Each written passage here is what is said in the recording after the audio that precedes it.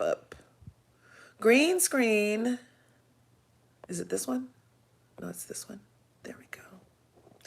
And we're going to flip it. And we're going to put on the do not disturb. I was supposed to be at the AI Summit right now,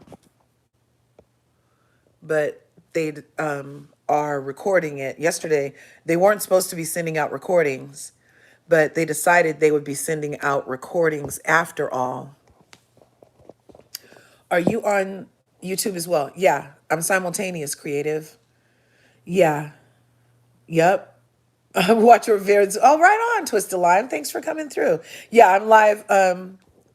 I'm simultaneous right now.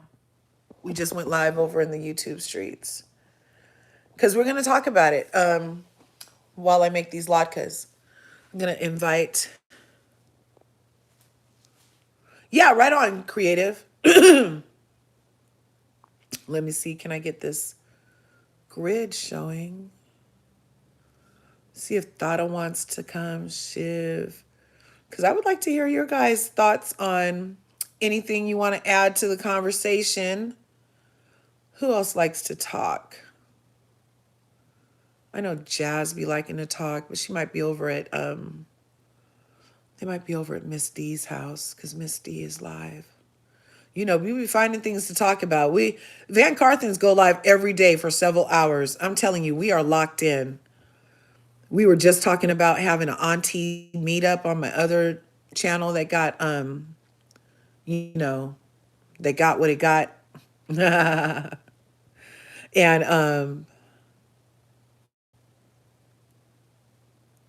yeah, because I really wanted to play. I want to play the Allie from Miami. Thanks for coming through, girl. It's been a while. I've been all into Love Island. I haven't been doing any housewife stuff. Are you housewifing, Allie? How's the fam? You see, did you make it to any Dr. Heavenly things yet? Is she for your near your district or anything? Yeah. Anyway, I just reached out for an interview with her. Hopefully I get it soon. I saw that Funky Dineva just interviewed her on his YouTube channel. And I was going to have her come over and talk about it. You know me, I don't even need to talk about Married to Medicine with Dr. Heavenly. I love Dr. Heavenly. And I would really love to discuss her platform for, you know, what she plans on doing for Georgia. Can't wait to discuss that with her. Yes, definitely.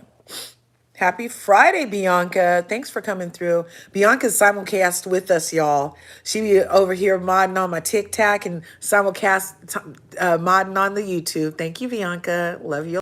I was frozen on the YouTube. You saw, you guys thought I was frozen again, huh? No, that was real. I got to stop. I got to stop. I got to stop. Family's good. I'm good. Fam good. That's what I'm talking about. That's what I'm talking about. Something got held for review. Yeah, I do have a big double chin. I do. I do. I'm so glad you're observant. I already talked about that, bruv. I already talked about it. You know who else has a big double chin? Your mama. See, I'm like that with Dr. Heavenly. That's why me and Dr. Heavenly get along, because I will pull your mama out of my hat in no time flat. In no time flat, you will get a your mama. Because I'm sure her chin is big too. Yep. Yep. And you're just a little clinker. Anyway, you guys. So let's talk about whatever we want to talk about for the VanCarthens. You've been loving Real Housewives of Salt Lake City? That's wonderful. You know, I was going to dip in because, you know, I love Mary. And I'd be trying to support, but I just can't stand Lisa. I don't want Lisa getting paid because I viewed the show. I don't want Heather getting paid because I viewed the show. Therefore, Mary can't get paid because I'm not viewing the show. You love Salt Lake City too? It's hilarious this season, Bianca. I just can't. I'm feeling like Lisa's the next to go down. We're about to find out that Lisa and Erica Jane are exactly the same person. And then she's going to have to split the court case like Eddie and Wendy are doing right now and try to have it from two different lawyers. That's the same thing that, what's her name? New Jersey, forehead. Teresa Giudice and her ex also got separate attorneys at the last minute, didn't they? And they had to serve separate time. Yep. He's because you split the thing.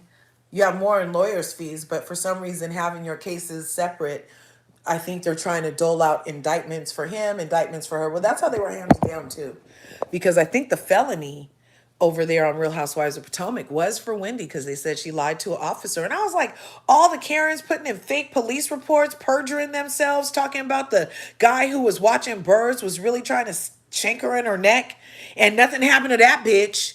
That I've never heard them say perjury shit. As a matter of fact, what I hear them say usually when the black person is found to be very in the right and the victim of racial profiling by said Karenitis, they turn around and tell the black person, oh, you really can't press charges for that. For having her come out here and waste our time and try to get you arrested under false pretenses. Oh, yeah, there's nothing you can do about that. She lied to you, though, officer. Yeah, we know. We know, but there's nothing we can do about it. And now, come to find out, because Wendy freaking is under a felony for perjury to a fucking police officer, because they're saying she lied to law enforcement, and it's a felony. As it turns out, lying to the cops on black people is a felony, y'all. You better go back and get your cases. Go get all those Karens. Get them some cases that they deserve, okay? Because it's felony to lie to the police and say that the black people were scaring you out of your life while they were walking their dog and looking at parks, looking at birds. It's a felony. Anyway, the felony was for lying about the insurance. Go back and read it.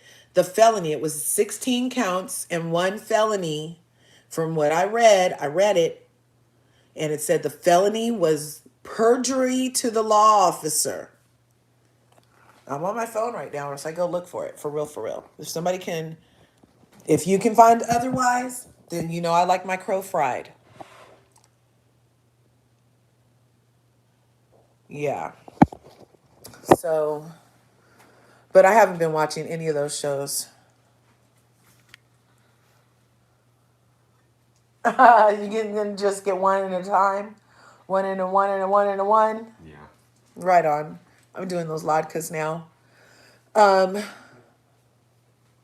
So this picture, can you see this picture right here?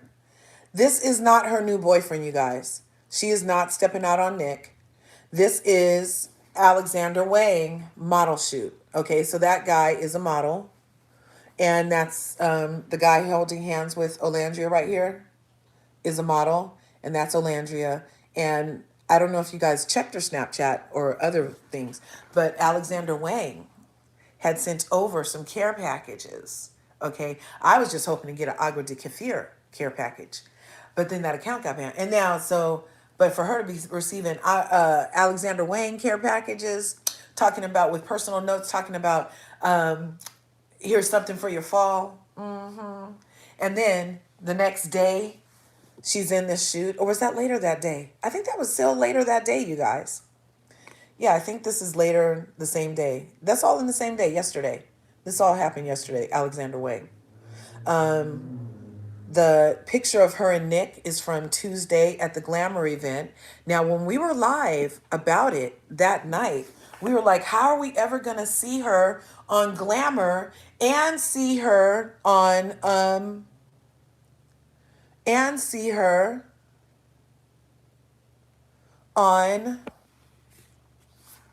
Ebony? Like, how is she going to do that? And I was live, and I was like, there's no way she's going to be at the Glamour thing, because we saw Shelly pop up, remember? And I was like, well, obviously Olandria is going to be picking up her award. But no, I was wrong. And I tell you, if I'm wrong, I'll tell you. I was wrong because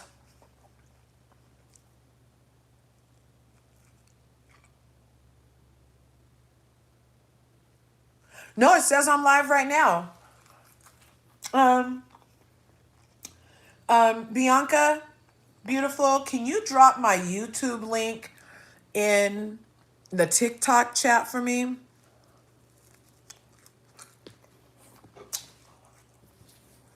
That way they can see me over there. It's at LRGA Curves. The app for the channel is LRGA Curves. If you do a search for that, and it's the same background. It's the same background as what you see here on TikTok. Oh, who are these people, Jesus? Hey, Mellows. These are Love Island and Jade. These are all Love Island. It's the VanCarthens in the middle. Nick with the basketball on his shoulder and snap on his sleeve. And then we have Olandria, he has his hand upon her waist. What waist? Exactly. He can almost touch his forearm. Her waist is so small. He's like, what waist? And then down on the bottom, we have Shelly and Olandria's first meet up since the Speedy interview. No, since the night before the Speedy interview, when at Shelly's party, all the way back in August, on August 24th. We have not seen Shelly and Olandria together since Shelly's birthday on August 24th, when she was in the red dress up on the stage with the stuff. We haven't seen them together since then, you guys. So that is the first time that we saw them over there. And so I was very hopeful. I wanted to see them together. I want our girls to, I was, you know what? I keep telling you guys, my day one, I was Shalandria. Even after the blindfold kiss, I was not a Nicolandria. I didn't become Nicolandrian until Soul become that until Soul Ties, pretty much. That's around, because I saw how by that time it was obvious how Taylor was moving and that Taylor really wasn't into her. And so I totally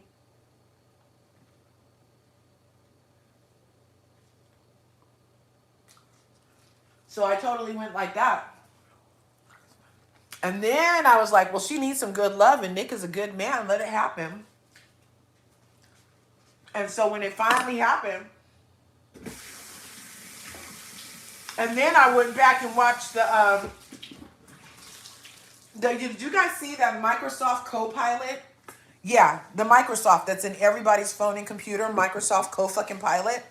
Talk about a collaboration. You know Ola is one of their spokespeople for a Copilot. You know that, right?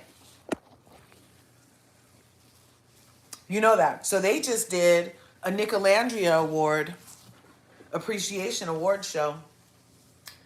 It's on Vimeo. We watched it the other day. And it was so cute. And they gave credits to all the people who do edits and stuff. So one of those edits, the 3-hour Twitter edit that got released after the show, I watched that, you guys. And I was like, especially all in after that freaking edit. I was like, oh, now I see why they were day oneers. Hey, TS Barbie. Yeah, I was like, now I see why they are day oneers. And, sorry, guys. Yeah, TS, if you want to come up, I'd love to have you up. I don't see my little, it won't let me make my grid on here. Sorry about it. Shalandria is Bones. And that's okay, yeah. Wow. I'm so proud of Olandria and Nick. Olandria is on her way to being an A-list celebrity, yep. What is that, a movie? No. Up in the corner is her up here. Her up on the, up here. That is her on the Jumbotron at Madison Square Garden. She went to the game the other night with Reginald, I believe.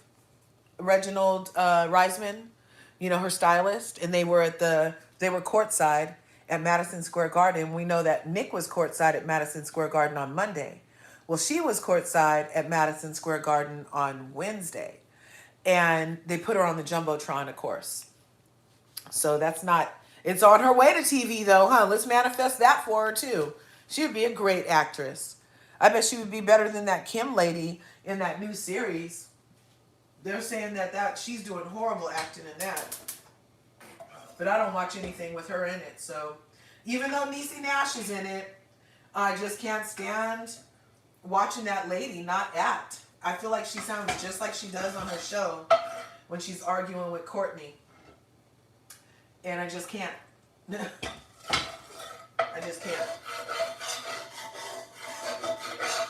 Okay, so I'm whipping up these latkes for the boys while we talk some more.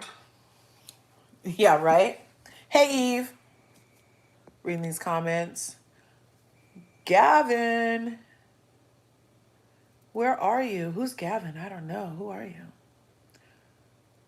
Where's Gavin? I'm not sure.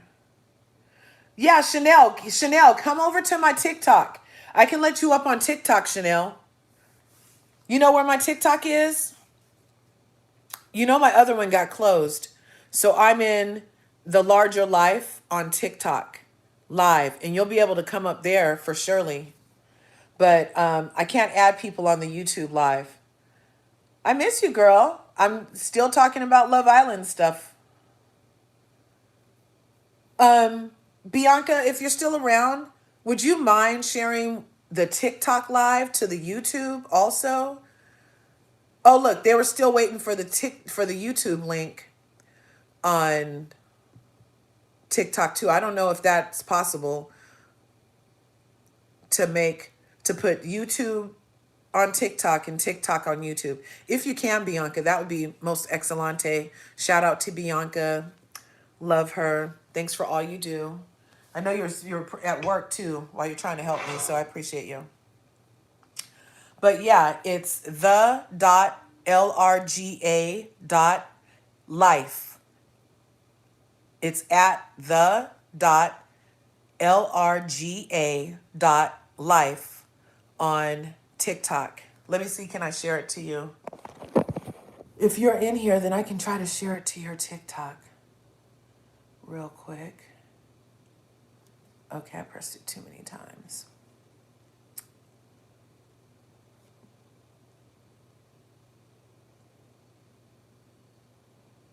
Okay, search. Chanel's reality. Okay, you guys, I'm just trying to add this person. See if it'll let me look for. It's not really letting me get to even the keyboard over here, Chanel. So I'm going to let it go because I don't want it to get backed up. Yeah, it's okay. It's okay. But did you guys hear over here on the YouTube? We're just getting started on the YouTube over here. And so we have been over here on the TikTok talking for a minute. I know I look crazy. It's Friday. I love myself. But we were over on the TikTok talking about what Alan said on Tuesday while he was at the Ebony 100 event where Olandria videotaped her acceptance to that event.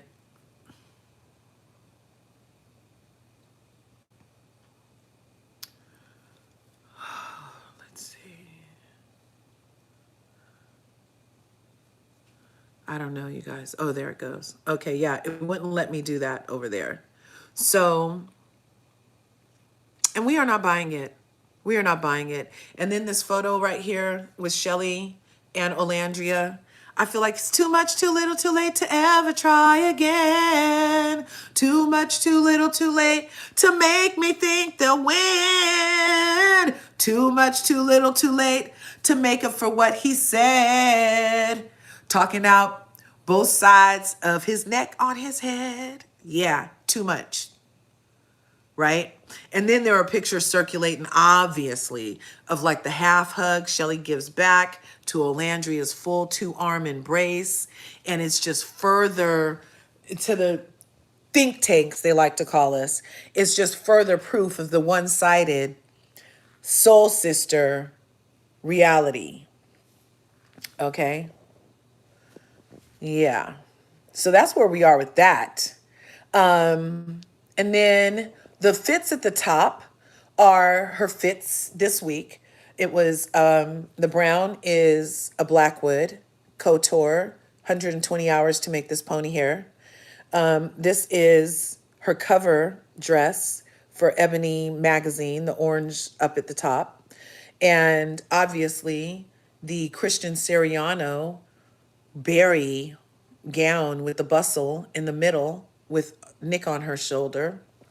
And then the pinstripe suit. Now, I'm not sure who does that, but it did look like it was for a photo shoot and it had like her leaving a building and it's given that whole 80s power suit vibe. Now, I'm a girl, hey, 80s was cute. Okay, I love the 80s. I love a power suit. I love a shoulder pad.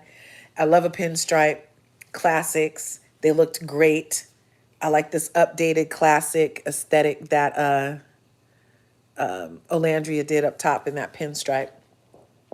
But then also the way she's so versatile. And then how she goes over to this Alexander Wang, that leather looks like she's wearing fucking black butter. That looks soft to me. That leather skirt and leather jacket ensemble, is the top leather too?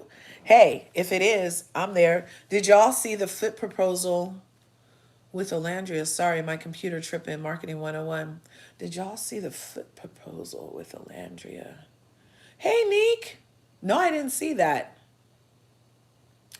Where is it? Gigi. Thanks for coming up. Can you hear me okay? Yes. Hey, you on lunch? No. Uh-oh.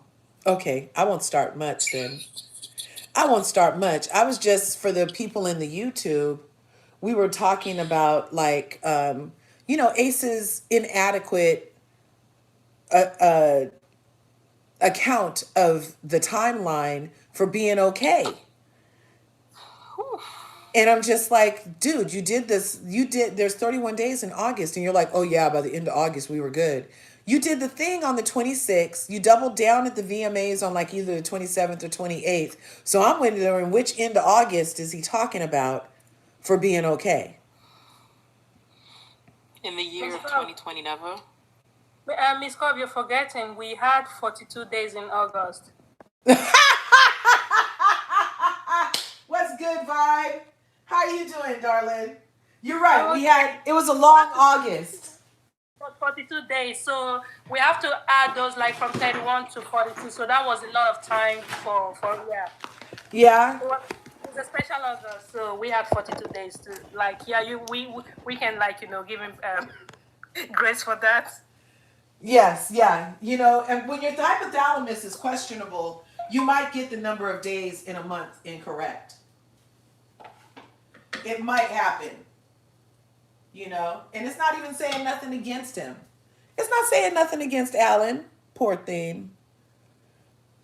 And then somebody was in here talking about, I need to move on because Nick did something 2 years ago. I'm like, here they come with the confusion and trying to make all the stuff about everything. Miss D, is that you? I thought you were live, darling. It's me. I told them I got to get out of there because I got to go pick my babies up, but I'm on your live, though. I'll be in here. Okay, right on, you guys. That's Miss D. Same thing. Yeah, we be holding up. I came from my live. Follow Miss Kurt. Thank you. Yeah, because I was just telling the people that I thought the people were over Miss D's house. I just told them. Yeah, she just told us. I had to bring them over here. I appreciate that. We should move the party. Don't the party around. And that is so VanCarthen of us. That is so VanCarthen of us. Everybody eats in VanCarthen. Everybody eats. Hello. Yeah. We're so. They followed you, Miss Kurt. Huh? What'd you say? They said they're following you. Oh, right on. Yeah, thanks for following my new stuff. I'm going to keep it cute over here. I'm not going to promote any more ED. If they wanted us to move on, he didn't have any business coming on the red carpet saying that it's the fans, because we didn't do nothing. We didn't put a gun, like a pew pew to his head to go for a speedy interview. If you bring out a discourse, people are going to have discourse because this is a like Nick said, Nicolandria Nation, VanCarthen, everyone, we're family. And apart from, like there's some other, like maybe a few toxic people, but we know that we're going to always defend our own, not in a toxic way. We're going to discuss it, because if you put that in a narrative out there, we have to squash it. That's just the truth, because you're not going to like come say something, make it look like, like he's just like drop some things and make insinuation that will fester, then people run with it because he's making it look like, oh, it's their fault. I want to do this public. I want to apologize, but it's their fault. Make it look like there's something they're hiding or something. So no, we're not going to let that slide. If he wanted no discourse about him, he probably would just like, shut his mouth. We're just going to be on our channels, celebrating our clients. That's what would have been doing. Would have been just been posting picture talking about all the advert and all the brandies, and we wouldn't have been talking about him right now. But he Right. decided to insert himself in the situation because he wanted clout. Well, it's two-edged knife. You're going for clout, you're going to get discussed. So that's just it. I love it, Vibe, and that's where I am too. I'm exactly right there. Like you wanted it, you got it, bruh. You got it. You want our attention again? You got it. You and your girlfriend. My problem with Ace is he pushed out a narrative to be a different person, and then his actions didn't align with the words that came out of his mouth, or that he said he was. Who he was on the internet before he actually got on the show is a completely different person too. And it's almost like he has an alter ego of some sort, because how are you different? 100% different. He did so much lying, and then you try to push it on production, somebody we can't get in touch with, instead of saying, you know what, I was wrong. I should have never said this. I should have never said that. I insinuated a lot of things, and I understand it hurt a lot of people around me. I should have definitely be considerate of other people's feelings, or how that would have affected my own relationship in itself. But because I did not, I take full accountability for my actions. I understand it's going to take some time for y'all to get off my neck, but by all means, I plan to do, better moving forward. Instead, he said, oh, I beat everything on the internet. Chalet said 5. Ah! Yeah. Oh, okay. Hamburgers. Oh, okay. He doubled down because he could have put a zip. He would have zipped this up right from the beginning. Like, oh, it wasn't in my place to talk about a relationship that I'm not involved with, and that is by fault. And I'm taking my own fault from it. And this has nothing to do with Shirley, because she was receiving a lot of backlash. As a man and as a protector, you could have just come out, take your pride away. But then it's like he just became 23. Two at a time. So he could have just come out and say, no, it's not like that. But he acted his age. And for someone who hasn't been in a relationship before, not realizing that you don't put your women in crossfire. You're supposed to be the protector, provider, and you should shield her. So if there's something that you have to do, you have to take your pride and ego to the side and stand up for your woman and go, oh, she's receiving this backlash for action that it was just mine. And the second time they asked you this would have been like, relationship is not mine, and I don't have any say in a relationship that I'm not into. What two people do is not my business. They are my friends, and I support them, and I wish them success in their journey, finding themselves and in love and all of that. Then this last one, he had a choice to say, no, it's not my place to say that, we're cool and everybody's fine.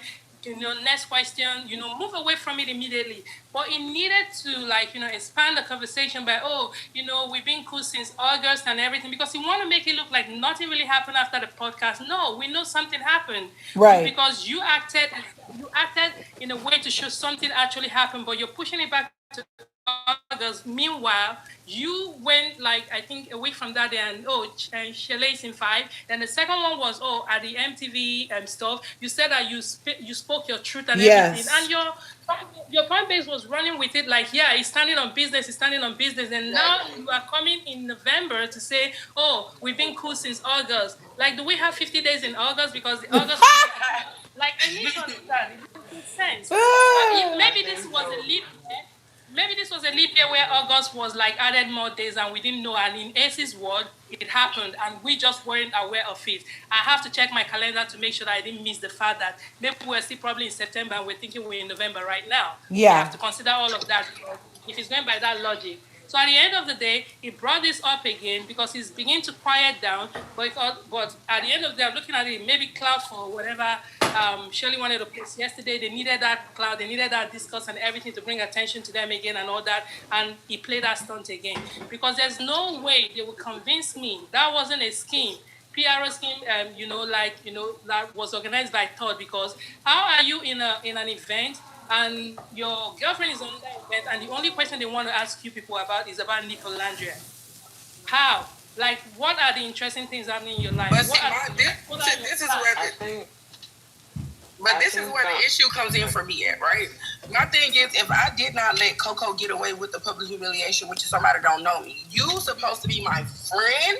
Right. You think I'm going to go easy on you? No, I'm going to double. I'm going to get harder on you because you should have never thought that was okay. And you being my friend, you should have been able to come to me in confidence and and tell me that in private. You didn't do that. You humiliated me. You humiliated my relationship because of your jealousy, and it showed. It was like. The thing with Ace, like, I feel like that whole interview was like an attempt to take down Nick and Olandria, because when it came out, I think like a couple days after Shelly and Ace, like their little photo shoot or whatever released, and it was just like, it was weird, and I feel like Nick and Olandria should really just keep their distance from them, just because like they're like a unit, like it's Ace and Shelly. And my hope in that situation, I really hope Shelly, as Olandria's friend, like check Ace behind the scenes and just let him know that was not okay. Like, that's my only hope. And if she didn't do that, like, I just don't think she really likes Olandria like that. Yeah, me neither. She could have squashed that thing in the beginning, because she didn't even need to make a statement. If she had maybe put a picture with her and Olandria on her page, you understand, maybe put a heart, red heart emoji, without even any caption, people would have gotten, oh, she's trying to say, okay, I stand with Olandria, this is not me, or something like that. Because sometimes you're with a man who's going to make a fool of himself, but when you keep silent and you're not making any attempt and everything, it now starts seem like maybe this was a collaboration between two people that, so why would she have to come publicly to make it look like I stand with Olandria? Right. She didn't even have to do anything. It could have been a story post where she put she and Olandria, because she posted her birthday the next day, and Olandria was in that birthday. She didn't post a picture where she had Olandria. That was another missed opportunity. She could have put the photo dump and put the one she had with Olandria. Oh my gosh, you're totally right, Vibe. That could have been some. That could have been the ever silent something. Yep, you're right. Exactly, because she did it the next day. I just want to correct. She did have one picture of her. But I feel like we want to see Shelly as like this angel, but like I've just kind of come to terms like she really might not be this angel. Like, she might be more like Ace than we think or would like to think. Well, like, the reason I'm not like fully jumping on that train is because like I don't have like solid evidence. Yeah. So that's why I'm not gonna like fully like turn on Shelly and be like, Shelly's this, Shelly's that. But I just kind of have like a feeling that maybe she's not who we would like to think she is. Can I say something? Yeah. So I just want to say there has been evidence proven time and time again. If you guys want to start with the villa, she's pillow talking with Ace. She voted out Hannah, he voted out Jeremiah. You cannot tell me she went and told Olandria, she was basically telling her, oh, you should still explore Taylor, knowing Taylor didn't want her. Then you go on and say, Taylor's my bestie in that first interview, you're going to call him. Then you go on to the Kiki Palmer podcast, and I don't even think that Olandria knew about her and Sierra. But then you're saying, okay, give Sierra grace, XYZ. Then you're going to hang out and post pictures with Sierra. Then at that birthday party, yes, in your photos, you made a post to Olandria once, but, there was all this discourse at the birthday party.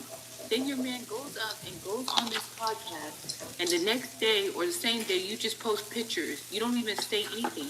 You didn't even have to say nothing about your man. You could have just said, oh, I stand with Olandria or something. You could have just came out with something short and sweet, but then you want to post her at Tuskegee. Like, that's nothing. You're not even, you're basically condoning what your man did.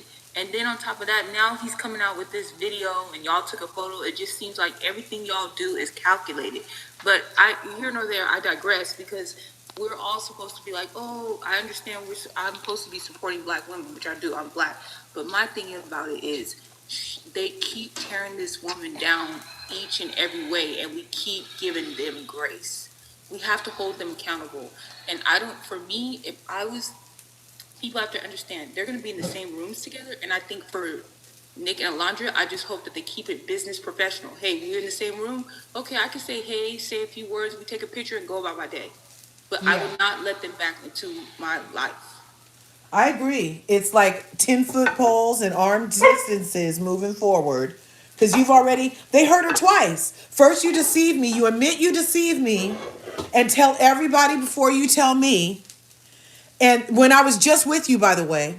And then you don't say anything to me for months. Don't say anything publicly to undo the harm that you've caused me and my alleged soul sister. And now you're just going to be like, oh, they're blaming it on them, basically. What he implied is that they, as in Nick, the harmed parties, Nick and Olandria, didn't want it to be public. That was his implication, unless somehow producers still have his hands up his butt. The implication is that they didn't want it. At that reunion, she said, Coco, I would like to address this in publicly, not in private. Yep, exactly. There's something else. There's something else that I noticed, but it might just be me reaching or overthinking it. On that red carpet on the glamour event, right? When they asked her how about Ace, he said, "Oh, it's fine, my man, my man, my man, my man." You know, I was like, why did she have to do that, my man, my man, my man, my man stuff? You know, that was Coco's line, right? Yes. And it was like a shade to Olandria saying, oh, Olandria was always saying, my man, my man, my Right. man. She could have said, oh, it is fine, my man is home. But she did that, my man, my man, my man. It might be innocent, but knowing, like, you know, I think they're very calculated. You know, it's like a subtle shade and it's like shade, no shade kind of situation. Right. And all that. On that vibe, real quick, another time she did that to me, and I might be putting 10 on 20, was, because in the villa, Olandria was the only one talking about, oh, I need my soft girl era. I've been manned up so long because the people don't treat me right that, I haven't really been soft. Soft girl era, soft girl era, soft girl era. Well, post villa, Shelly and Ace had an interview, and Shelly got asked, what's it like in the relationship? And she's like, oh, well, he just lets me really be in my soft girl era. I was like, what? Since when did you need that? You just everything?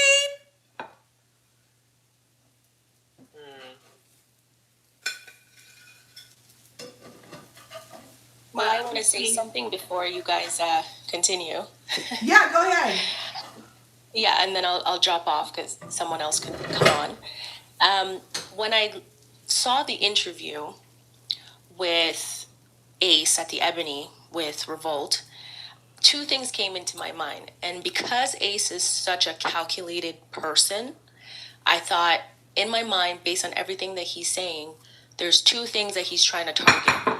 One is he's trying to get Nicolandria to give him attention, Nick and Olandria specifically. Say something, give me something. I've been dying for attention, give me something. Because that's what narcissists do. They love the attention. Right. And if you don't give the attention, they keep throwing things out in hopes that you'll catch one day. Ah. He knows very well that Nick and Olandria will never pay him. They will never pay him dust. And the second thing that I thought as well is that every single time he opens his mouth and he says something as a lie or a rumor or he's creating some scenarios, it always backfires on Shelly. Right. Look at the way our conversation is going. Look at all the conversations that we have been experiencing for the past few days. It's all going back to Shelly. So in my mind, I'm like, is he truly mad that, Shelly didn't come to the Ebony event with him and stood by his side? What is going on behind the scene for him to want to do this to her? Because every single time he does this, it affects her and he sees that it works. So that's all I wanted to say. But at the same time, if Shelly's fine with that, she's still with him. She allows it, and she doesn't. She's working with him. Yeah, they're in cahoots. The show, like, you cannot say she don't know what he wants and what he desires, vice versa. They're couples, so she has to know what he wants to do, and they've been planning this together. Like, you can't. We gotta. I know, understand that we have to, but she has to know something. Because when she made that post about Huda and Olandria supporting Olandria, then her sister comes back and say something else about why she, basically in a sense, why she didn't get a post. Like, you would be checking out for this stuff to make sure your family wasn't saying anything. Right.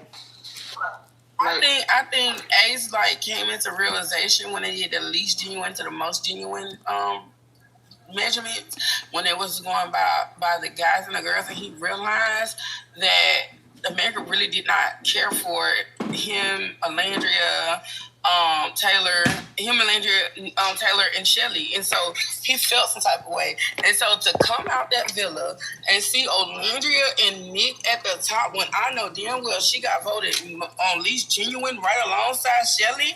Hold on, is it because she's with a white man that y'all voted like this? Because if so, that's unfair. And I know my black people gonna stick with me, so let's go and make a division. Let's go and break this shit up right now. Right. Like, this ain't real. This is not authentic. This is artificial. This ain't what y'all should be aiming for. He honestly don't even like her.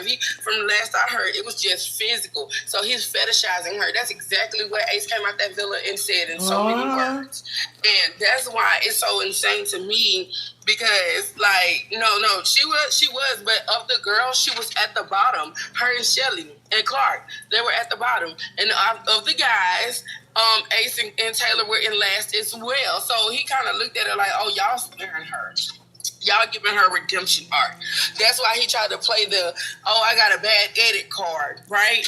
Because he seen that Olandria and Nick came out at the top of the cast, but when he realized at the end of the day that we shipped them from the beginning, they just weren't dancing by our music. And on top of that, Nick up here doing whatever it is he doing. Ace trying to be the big man of the villa. So, yeah, we were pissed for a second.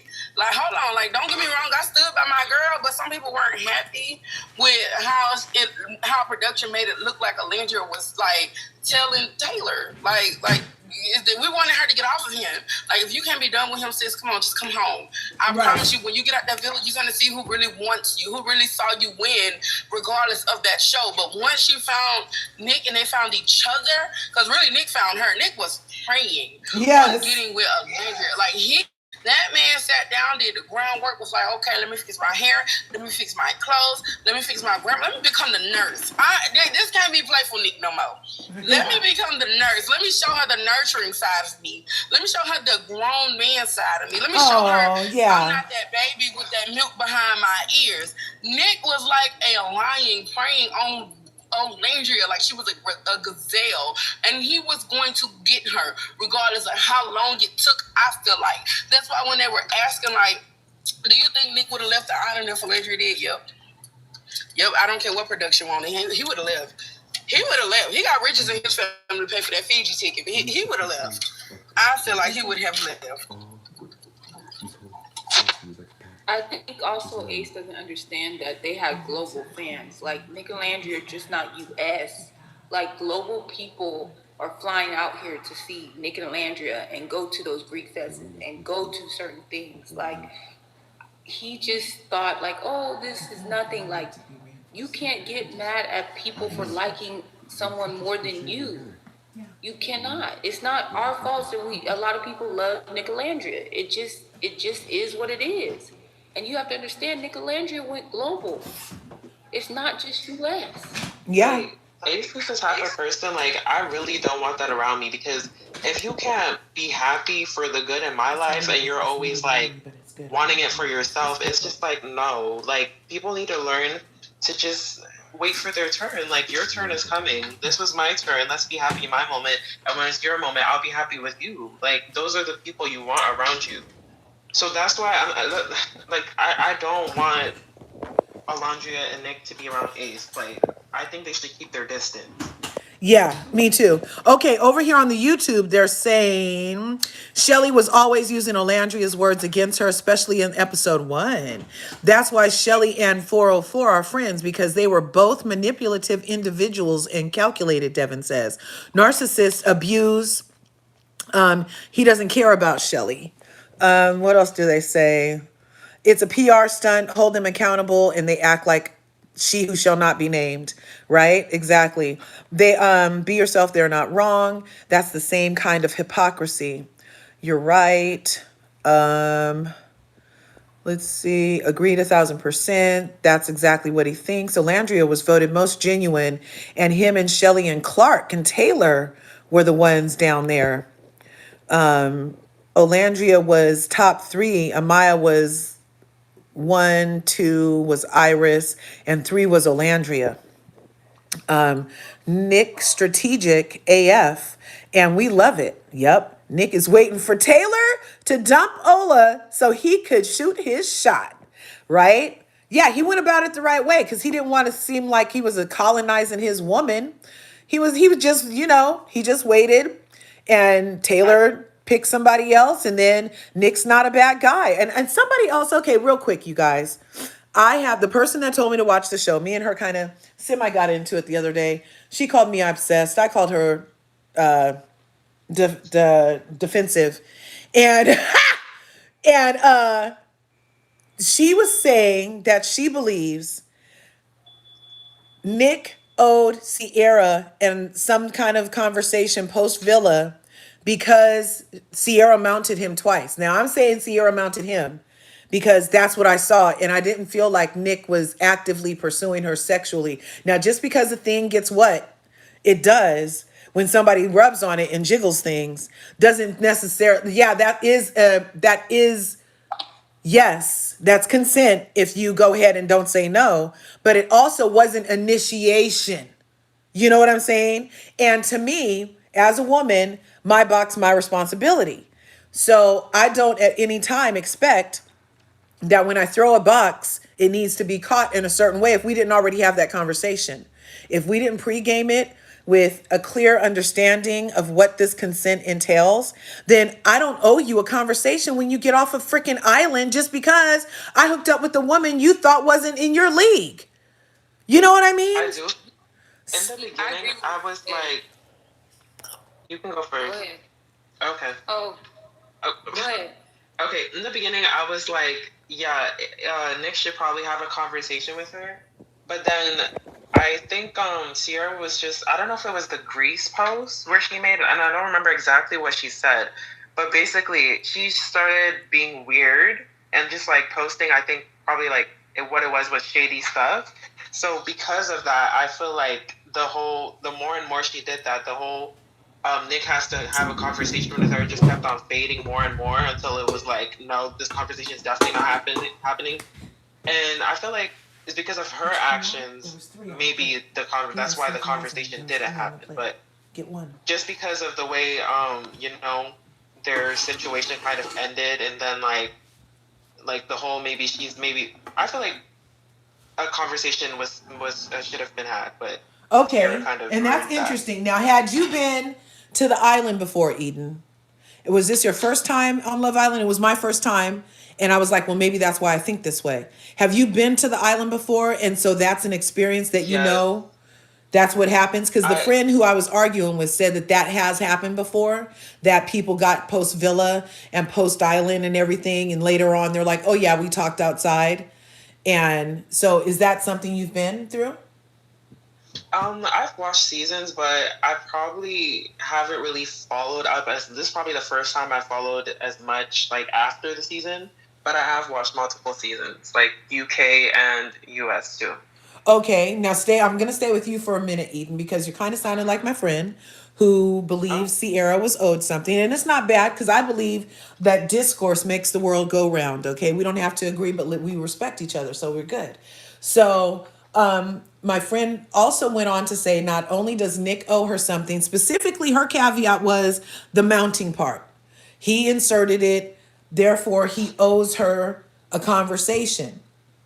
And she even went so far as to say that Olandria owes Sierra some kind of conversation. And Can I'm I like, speak what? Yeah. Can Go I ahead. speak next? Yeah, Yeah, go definitely, ahead. Danae. Go ahead, Eden. So, do Okay. you think anything My like that? No, I do not share my. Sorry, what was your reason that they said Nick specifically should? Because of the mounting. Because Nick. She thinks that the mere fact that they had sex, that Nick owes her a conversation post Villa. And the reason that No. Olandria owes her a conversation is because she said, oh, she thought Olandria was her friend. I said, no, she left knowing her and Olandria weren't friends because she had just got finished standing behind Taylor. So, I mean, that to me indicated Yeah. that that friendship, whatever you thought it was, wasn't what it was. And therefore, you don't owe Sierra any more than she was willing to give you, which was go stand behind Taylor. Yeah, like I don't share that belief that just because they had like a relations that Nick owes her as a conversation. I think it's more so that they were coupled up. They were kind of going somewhere. I'm more so of that. And then it Yeah. ended abruptly. And then he's totally moved on, you know? Yeah. So that's why I kind of felt like they should have had that conversation. Now with Olandria having a conversation with Sierra, I mean, I'm not sure exactly how close they were, but I kind of understand if Sierra feels away, like, you were like my friend in the villa, now you're with my man. Like, maybe it would be, I think it would be nice for Olandria to have maybe had a conversation, but I don't think it's required. Uh-huh. Just because I'm not sure they were close enough for that to be like something that's required of Olandria. Right on. Was Danae just was a connection. vibe. Danae was next. Okay. Go ahead, Danae. What are your thoughts? I did watch every interview almost with Nicolandria. And in that first Chicken in the Office interview, he said he wanted to talk to Sierra. He has said every time that he wanted to talk to her until that Kiki interview. He has said that Hey, he Charlie. liked her, he was into her. They were like technically closed off, but then also in the villa they talked about what closed off means. Also, what was her and her friends doing? They were putting pictures, nasty pictures, under Olandria's family, his family. She blocked him. And at first she started liking their photos and I'm so happy for Nicolandria. Then she started blocking him. Then her and her friends started putting pictures and mean things under her family, his family's post.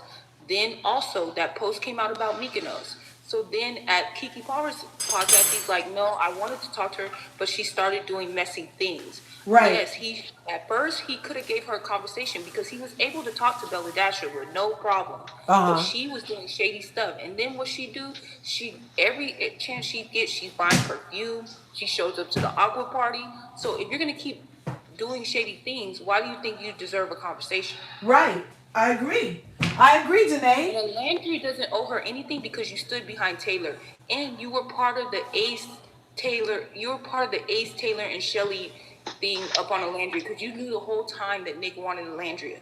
You can't tell me you didn't. Right. Because when you look at her face expressions and you look at her in the villa, you can't tell me she didn't know. Right. And then she was doing those manipulative moves, talking about, well, if you really like him, can you not kiss him? Okay, fine, I'll suck her toes. Can I say something really Definitely. Real quick, Gigi, and then Vibe, you're next, okay, girl? Yeah, because I gotta sneak into the room. I know. So I think it's really funny when we have these conversations about Nick and 404, because I always say, well, especially now, if we were having this conversation when it was still early on when they first got out of the villa, I could see why people think they have an argument for them to have a conversation. But now that we've gotten this far removed, and all of the weird shit, all the bunny boiler shit we've seen her do, why do people still think that needs a conversation? Exactly. Like, it's bizarre to me that you would think this. Now, let's go back to the beginning, because assuming that we're having this from the standpoint of we're just out of the villa, and if they're friends, if Ola and Sierra are friends, as Massey keeps saying, if you were friends with me, you wouldn't A, have stood behind Taylor. That's number one. B, you wouldn't be on the internet expecting me to have a conversation with you if you were liking shady comments, calling me just a passing thing, or a fling and denigrating me. Yes. Don't call us friends. Let's be very at the beginning as a bombshell. She knew of Nick's attraction. That's that. Number 8 on the list is the fact that a lot of you are subscribing your own personal beliefs onto the constructs of the type of situationship that Nick and Sierra had. They are two people who engaged as adults in hookup culture. Okay, and what does Gigi say before class? Gigi says that there are two types of people in hookup culture. There are boomerangs and there are slingshots. Nick went over there with every intention of being a slingshot, slinging it every which way he could without catching feelings. That's what Nick wanted to do. Sierra went up there knowing that she's a whole boomerang and tried to act like a slingshot. She led with her body and tried to follow up with her feelings. We are very pro-ho around here, but you must hoe responsibly when you do so. She hoed irresponsibly. We knew this, and there's evidence of this in the villa when they engage in adult behavior consensually on both parts, because that's what y'all keep acting like it wasn't consensual. Consensually on both parts, in which he didn't have to act like huda and coercer because she jumped on him. So consensually in both parts, she jumped on it, and then he said to her, hey, I'm going to continue to explore, you should too. She rejected it. Now, if you wanna argue semantics, I will give you this much.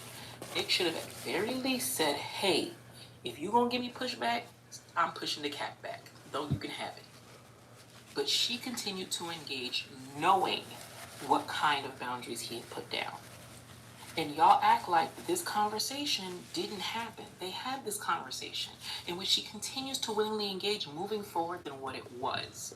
Okay, so she played herself. She even says it in the villa. Man, maybe I did this wrong. Maybe I approached it wrong. She acknowledges this, but y'all keep hopping over this. You know why? Because y'all just want Nick to be wrong so bad. And that's really just what it is. And then when you come out and as a white man, he's got a black girlfriend who's facing racism, and part of the racism that is being fueled is by her and her friends, his ex-situationship's friends, continuing to sexualize her and make her this passing thing and like shady comments about her. Right. Why do you think a conversation is going to be had? Exactly. Why? I need y'all to think critically and think out. When you look at other people's relationships, this is why, and I'm gonna bring it even broader for y'all. That's why people had issues with Will and Jada's relationship, because you try to ascribe your own personal beliefs and your own personal views on relationships and how other people should conduct the relationships into what you believe, and you judge them accordingly. And that's what it is.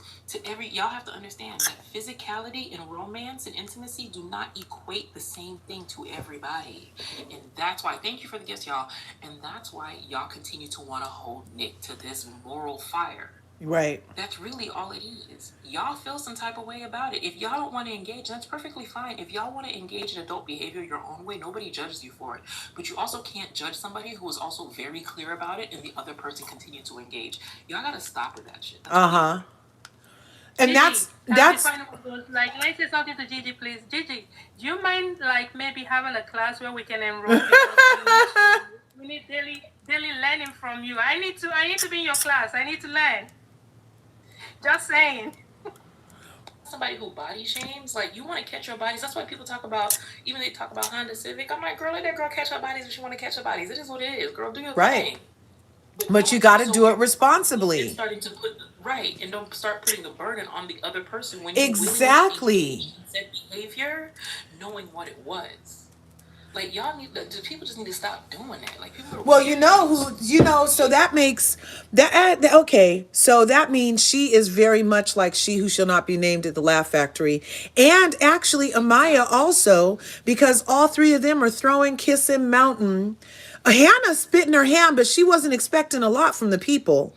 And you know what I mean? So you do have to, utilize that box effectively and responsibly, because obviously you can take on friendly fire. You will end up with a crackpot if you don't do that thing responsibly. Because I do believe what we have witnessed is some kind of break in psyche sometimes. Well, when she was behind him doing those things with "Don't you wish your girlfriend was hot like me" at a party you weren't invited to, girl.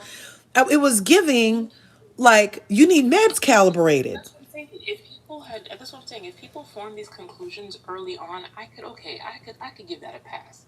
But we have been 4 months removed from the villa, and she is moving real bunny boiler style.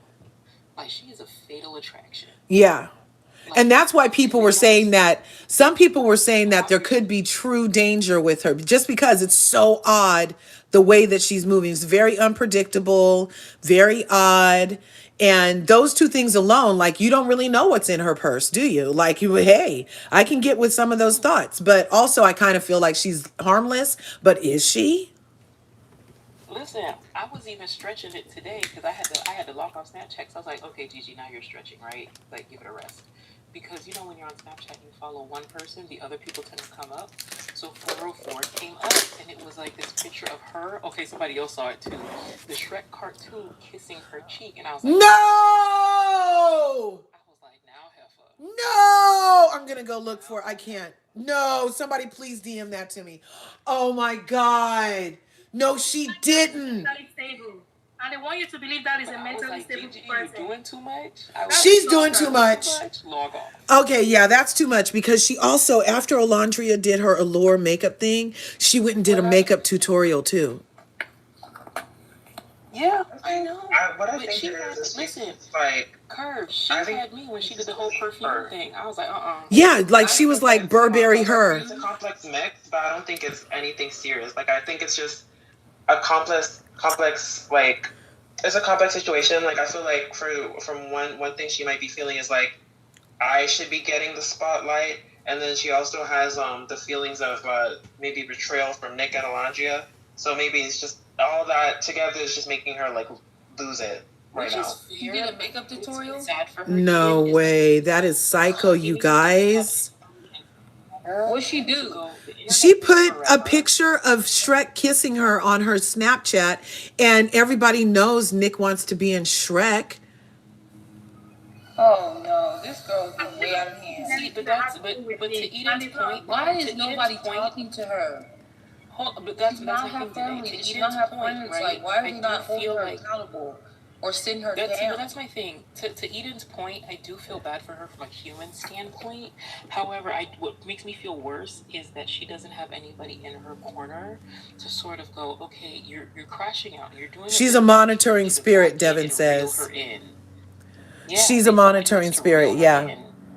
And when we call that a stalker, people say we're going too far. Like, how else do you describe a stalker who watches your every movement, and want to replicate whatever you do? That is a stalker. She literally probably live on their timeline to see what they're doing when they're doing it. Then she's going to replicate it and put it out there. That is someone who doesn't want to let go. For someone you met for only 6 weeks, it was a dating show. It wasn't like Married at First Sight. You didn't go to Married at First Sight. That you just got married the moment you guys saw. And plus, now you have a vow and he owes it to you, no. And plus, can we also just start where she started, which is, if I can take him from you, he wasn't yours. She walked in the villa talking about she was coming for her man, that if she could take, he wasn't yours. So so same thing applies. If Olandria can take him, he wasn't yours, bitch. He wasn't. The end of the story just happened. Wow. Wow. But I feel like also a lot of the discourse that we're having is because we feel like this whole thing is training up young minds, or impressionable minds at least.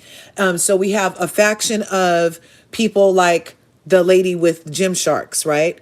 We have a faction of the people who are totally male-centered and he can do no wrong, like kind of what Shelley seems to be giving sometimes. We have a faction of educated, brilliant, refined graciousness also. You know what I'm saying? We have a faction of manifestors. And so we can all exist, but I just need them to stop coming over here telling us that we're wrong. On YouTube, they're saying a lot of things, you guys. It says Sierra said that she had to go to therapy because she stalked an ex for a year. She said that. Does anybody remember her saying that before? That she stalked an ex for a year? That's why they wouldn't take her initially, and they made her wait a year. That's interesting. So this is pattern power. She's high. So this could be, hey, Hey, this is pattern power. That's sad. She's acting like it's over 20 seconds. Calm down, chick. Right? 404 needs mental health evaluation. Does anybody have the picture of this? No, I don't have it in here. But if somebody has it, then I'll expand you if you have it. But I can't go to the Snapchat in here right now. 404 did a TikTok saying she would be his worst nightmare. I didn't see that. Peacock put an unstable person on the show. Hey, it seems to be, yeah, they need better vetting for sure. On YouTube. I kind of wonder like what would happen if like she's like stayed and then we saw her reaction to the movie night. Like I kind of want to know like how she would have handled that situation. If she would have like gone off on Olandria, or she would have been like all calm and be like, no, I understand, it's okay, or like, well, I don't know. I don't know where her family is on YouTube. Beyond says Sierra believes that all fame is good. I don't trust her either. I just believe she's gonna hook up with Shelly to get close to Ola. Where is her family? That's what I'm saying. But if they know that she crashed out before, maybe they're just like, oh, she'll get over it again. Get the therapist on the line. You know, another thing could be that like she knows exactly what she's doing, and that she's doing it for attention. Like she's not actually losing it, but she knows that by doing these things, it'll keep the, I don't know, like the spotlight on her. Like she'll keep getting attention, and I don't know if that's benefiting her at all. But I don't know, maybe she's thirsty for fame. But that's another thing that could be going on. I don't know. Yeah, it's very scary. It's very scary. We don't need any incidents. Hey, they need to do way better vetting because people, the time difference, the lack of sleep deprivation can trigger people, not eating properly. All of that could be the perfect storm for the right psycho. Yeah. That's why, like, I feel like I'm looking forward to season 8 because, like, I feel like the producers, they know if they mess up this season, that this hype is gonna like disappear or it's gonna like die down significantly. Yeah. So I feel like they're gonna do like their big one for the next season, like with casting, probably just overall. So that's why I've been looking forward. I think what makes me mad is that nobody's under Peacock's comments telling them they need to make a statement. Because you let these two black women get on this show, and then after the show, y'all don't say anything. But when it came to when it came to Huda and it came to Hannah, y'all put up statements. Yeah. Like, now you have these fans also going after season 6 Islanders. Yeah. You're not even acknowledging this or putting out a statement, because I feel like before you even think about putting out a season 8, you need to put out a statement telling people who watch how to act, right? Whoever your faves are during the season, we don't want none of this racist stuff following our show. Mm-hmm. I think that would be, it might, I don't know if where Q is, our resident VanCarthen producer, I think she works with Zeus on Baddies. You know who I'm talking about? So I think we need to get at her to see, does that create liability for them to acknowledge it? If they acknowledge it, does it create liability because it's now outside the show? Because at least when they said something about them, it hadn't even made the reunion yet. So it was kind of still in season. But now this is totally postseason. And months later, for them to say anything now, I don't know if it creates liability. It wouldn't create liability because they're still under contract. They're still under that NDA. You're still following them on Instagram. So you can put something on your social media saying we don't condone this because they're still your employees. Yeah. You're still trying to get for some of these people for Beyond the Villa because season 6 has to do it because they signed up for 2 seasons. And so you're going to be mixing season 6 and season 7 together. I heard somebody say, go ahead. I'm sorry. I don't want to see. I feel like Olandria is bigger than Beyond the Villa now. Like, yeah, I don't want her there. No, I hope she's not like what's the word? Contractually obligated to be on the the show? Or like, Oh, look, somebody is saying she is. So does it go by the winners are contracted for? Because they had winners and losers So on you Beyond the can. So Villa. basically, I think they can get away with it and say we only want to come on as a friend, if because see, this is the problem they're having right now. The rumor is going around. They don't. They're still having problems with if they're going to buy out K's. We're going to call him K. They're having problems if they want to buy his contract out because Peacock has a production team inside that pays for Beyond the Villa cast or something. I don't know all the logistics, but their season 6 doesn't want to film with Kay. So their thing is right now, if they don't hurry up who's and figure Kay? out something in the Kenny. next couple months, Janae's Oh, ex. okay. Janae's ex. if Yeah. they don't if they don't figure out how to something in the next couple months and their NDAs are up, then they don't have to do show. But for me, if I was Nick and Olandria, if they say, okay, you guys got to do it, I would say, hey, I want XYZ, and I only want to come in as a friend. And then they could say, we're not dealing with nobody, except maybe they could do like a date or something with Serena and Cordell, or meet Miguel and Leah or something like that, or meet Janae. Uh-huh. I think the only other person they would probably film with is maybe Austin, Jeremiah, and what's his name? Charlie, maybe Chris. But other than that, and then the thing with Ace, do you bring him on knowing that what he said about him and Taylor and how you guys were helping him coerce Olandria? So do you bring that on? Because that's a liability, because also he was trying to insinuate that he had some type of medical issue. So that could be a lawsuit against Peacock if they let Ace potentially come on the show, or if you do let Ace potentially on the show, then he would not be able to film with Nick and Landry. Same with Shelly, because she's attached to Ace. Taylor, all of them wouldn't be able to film with them because of that liability. Right. See what a troubled web we weave when at first we are a pillow sitting narcissist. So basically, Peacock is running on time because basically their indie. Luckily, they don't have like Netflix where they have a 3 or 4 year NDA.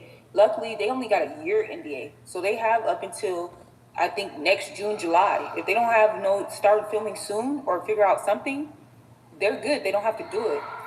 But like I said, I don't want them doing it. But if they have to do it because they're on the contract, I would persuade them like, hey, you didn't say nothing about the racism. You didn't stick up for me. The only way I'm doing this because I'm under contract and I only want to come in as a friend. And I can't film with XYZ. Like, I've heard people say, like, the producers, like, I'm not sure how to feel about the producers. Like, I'm not sure if to feel like they're anti-black or, like, I think what I'm trying to say is, like, I'm not sure yet whether they're anti-black. Like, I feel guess. like it's evident there's a form of anti-blackness happening, because Jeremiah got cussed out for being an intellectually honest, clearly trying to set boundaries black man. He got villainized and allowed to get cussed out and disrespected for 72 hours by production. And then the person that did that was allowed in the redemption arc. So that definitely is anti-black, along with Huda not being checked in real time. That why don't you cry when all the people say something to you? It's only when black women say something to you. That's an allowance of it, because somebody could have just pulled her coattail and been like, stop with the fake tears when the black people talk. The way that allegedly Taylor was induced or otherwise not allowed to engage in gameplay the way he wanted and was forced, allegedly, to be with Olandria, let short stuff tell it. I'm going to start calling him Pillow Talk. We were calling him Dangle, but Pillow Talk. So Pillow Talk really did damage to that. And his treatment also of Olandria and Shelly was anti-black woman, pretty much. Yeah, and just constantly the positioning and the edits that allowed it to appear that Shelly and Olandria were somehow out of pocket or crashing out any further than the person who crashed out for 72 hours. That was edited like that. So that shows me that there may have been further hands in production around a harmful stereotype being produced around blackness, which has been my issue with this whole thing. Curves, can I just reply to one thing in the comments real quick? Yeah, sure. We're not sure if they're going to do it in LA, guys, because in the first place, the cast didn't want to do it in LA. So they might be looking at other cities because most of the people do not live in LA or want to do it in LA. Okay. I was gonna say, when it comes to contracts, wouldn't there be like a morality clause where if you don't align with the company's values, we hold the right to revoke, like end this contract between us? And from the way Kenny moved, that should be easy enough to do. On top of that, the way Kane and his chiclet teeth moved last season, the producers did not like him. They usually give everyone else 30 minutes to leave. They gave him 10. They gave him 10. So when Alan and Taylor basically openly admitted that, yeah, the producers made us, there's no way that now the producers like them enough to bring them to Beyond the Villa. There's no way. I agree.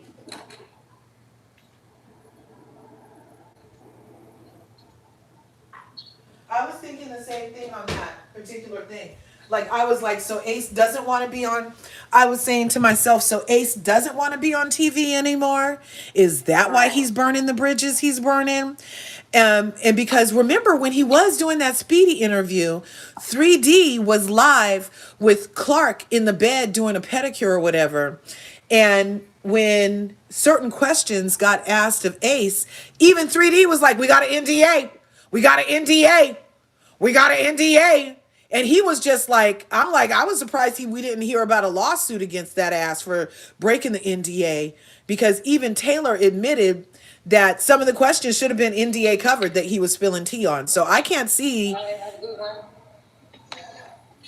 Yeah, so I can't see them really bringing him back. And by proxy, does that ruin Shelly's opportunity to be on In the Villa, since her pillow talking Labubu is the one that started it all?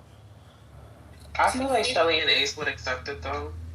But I feel actually no, because Shelly might be hesitant just because if she got like a bad edit, like it would, like, I don't know, that might be really bad experience for her. So, but I feel like Ace would be eager. Ace would not get that offer extended to him, honestly. But Ace already Guys, offered it's not If it was question offered? on New York and Miami. Say that one more time? New York or Miami. Ace already unfollowed Love Island, and if he's really true to himself, saying that they did him wrong and everything, they deceived him, then he wouldn't want to go back. Because if he goes back, then that means he's eating his word. That means, like, he did what he wanted to do. He's just using the producer as an scapegoat to say, oh, they made me do it. For someone who is like, stand on your business, how would people make a grown man do what he doesn't want to do? It's an offer that is being offered to someone to do something, but it's not compulsory that you have to do it. But he did it because he wanted to do it. So if he goes I feel back, like then it's the shame on bags, him. right? If he It's goes for back, Ace. we shame him for that, because he shouldn't go back. Because if he's standing on business, they wronged him and he unfollowed them, then he should just keep it like that. I was gonna agree with Eden. Like, people will offer up their principles for the right check. Yeah, if the bag's right. And I feel like he might need it though, because going on the show, like, I feel like did damage to his reputation rather than like help in any way. So he lost from going on the show. Peacock. So by trying to say, insinuating like what he did to Olandria, that him and Taylor did, and then also insinuating that someone had a medical issue, that could damage their reputation, and they could get sued behind that. Exactly. So there's no way they're gonna let the liability of Alan and Taylor to come back on a show that they produced, especially how Alan had such a big issue of being edited a certain way. First of all, you can't be edited a certain way unless if you don't give them the content for it. No, I do feel like, sorry, not to cut you off, but I do feel like they can do some magic there with clipping and stuff. They did, because Can and can't at this, because for example, Jeremiah said the Cologne Spring thing happened before the whole blow up thing. But the way they edited it, it looked like it was after the blow up, so it looked like he was trying to be extra toxic. When it comes to Shelly and Olandria, quote unquote, crashing out, to the people, to us, that was not a crash out. But audiences are racist and will see it as that. Like that one stupid Nick Val interview with her friend, with his friend or whatever. It's like, she was closed off and she finally blew up, and that's we see the real her. What? Yeah. So you're just racist. You're just very ignorant and racist, and you want us to either be Sapphire archetype or the Mamie archetype. Well, so it's just racism. So that's what I mean. Like, oh, it can be both. But again, Alan, you played yourself like a punk. You played yourself like the troll Labubu that lives under Dora the Explorer's troll bridge. And you thought, oh, let me collude with producers so I can get a good edit and I can get more TV time. And I'm gonna win. Me and the girl I don't pick till the day before I leave are gonna win if I do that. Yeah. Exactly. And then when you got out, you saw that wasn't the case, and you saw that you got played. I can't manipulate anybody. Well, you got manipulated. Now you're throwing a hissy fit, and you thought you were gonna do your big one on your step up seat. Sorry. Try to set the record straight, and now you're putting yourself to be an extra liability. So take a Peacock, Love Island, a network show want to do business with you because they see how you move. You ruined your reputation. Yeah, he can't hold water. Peacock wants Nick and Olandria so bad, they will probably do anything because they see how much money and stuff they're bringing to the fan base. Like, I understand there's obligations in contract, but if they say they want X, Y, and Z and say I only want to come on as a friend or a couple episodes, they won't give them what they want because they want them for the ratings. And then with the Labubu and stuff, that's a liability. If you bring him on there, and then maybe you could probably give Taylor a tiny bit of grace, but then he was on the live. So he was on the live rewatching it. So, and he was condoning it. So it's like, you can't give none of them no grace. Right. And secondly, today Cosmopolitans did a post about casting for season 8 for Love Island. Guess the people they used as their poster? It's nicolandria. They're using nicolandria as the poster for casting for season 8. That's who they're using to advertise season 8. Oh my gosh. Can you imagine? Is that on? To advertise season 8. Is that on Peacock? Season 7. That's on Peacock? Speaking of the winners, that's amazing. I love it. I'm here for speaking it. of the winners really quickly, I just wanted to say Amaya really fumbled the bag. Because when they came off the season, she had such an opportunity to really be like, I don't want to say Olandria status, but like be kind of as big as Olandria is. But she just kind of went, I don't know, like I feel like she didn't capitalize like on the opportunity she had there. And now it's just going to fade away, and she's probably just going to go back to being a nurse. I don't know. My question is, what could she have done? Like, genuinely. Like aligning herself with Huda was one of the biggest mistakes she did for us.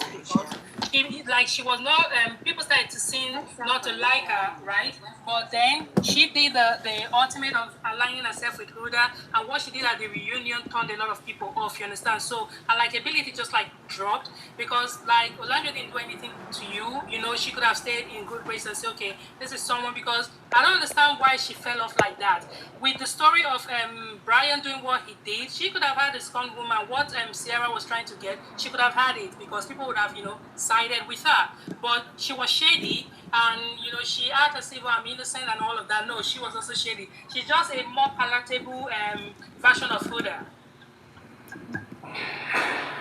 I can see that, but I guess my question still stands. When it comes to her branching out business-wise and influencer-wise, what could she have done as the winner?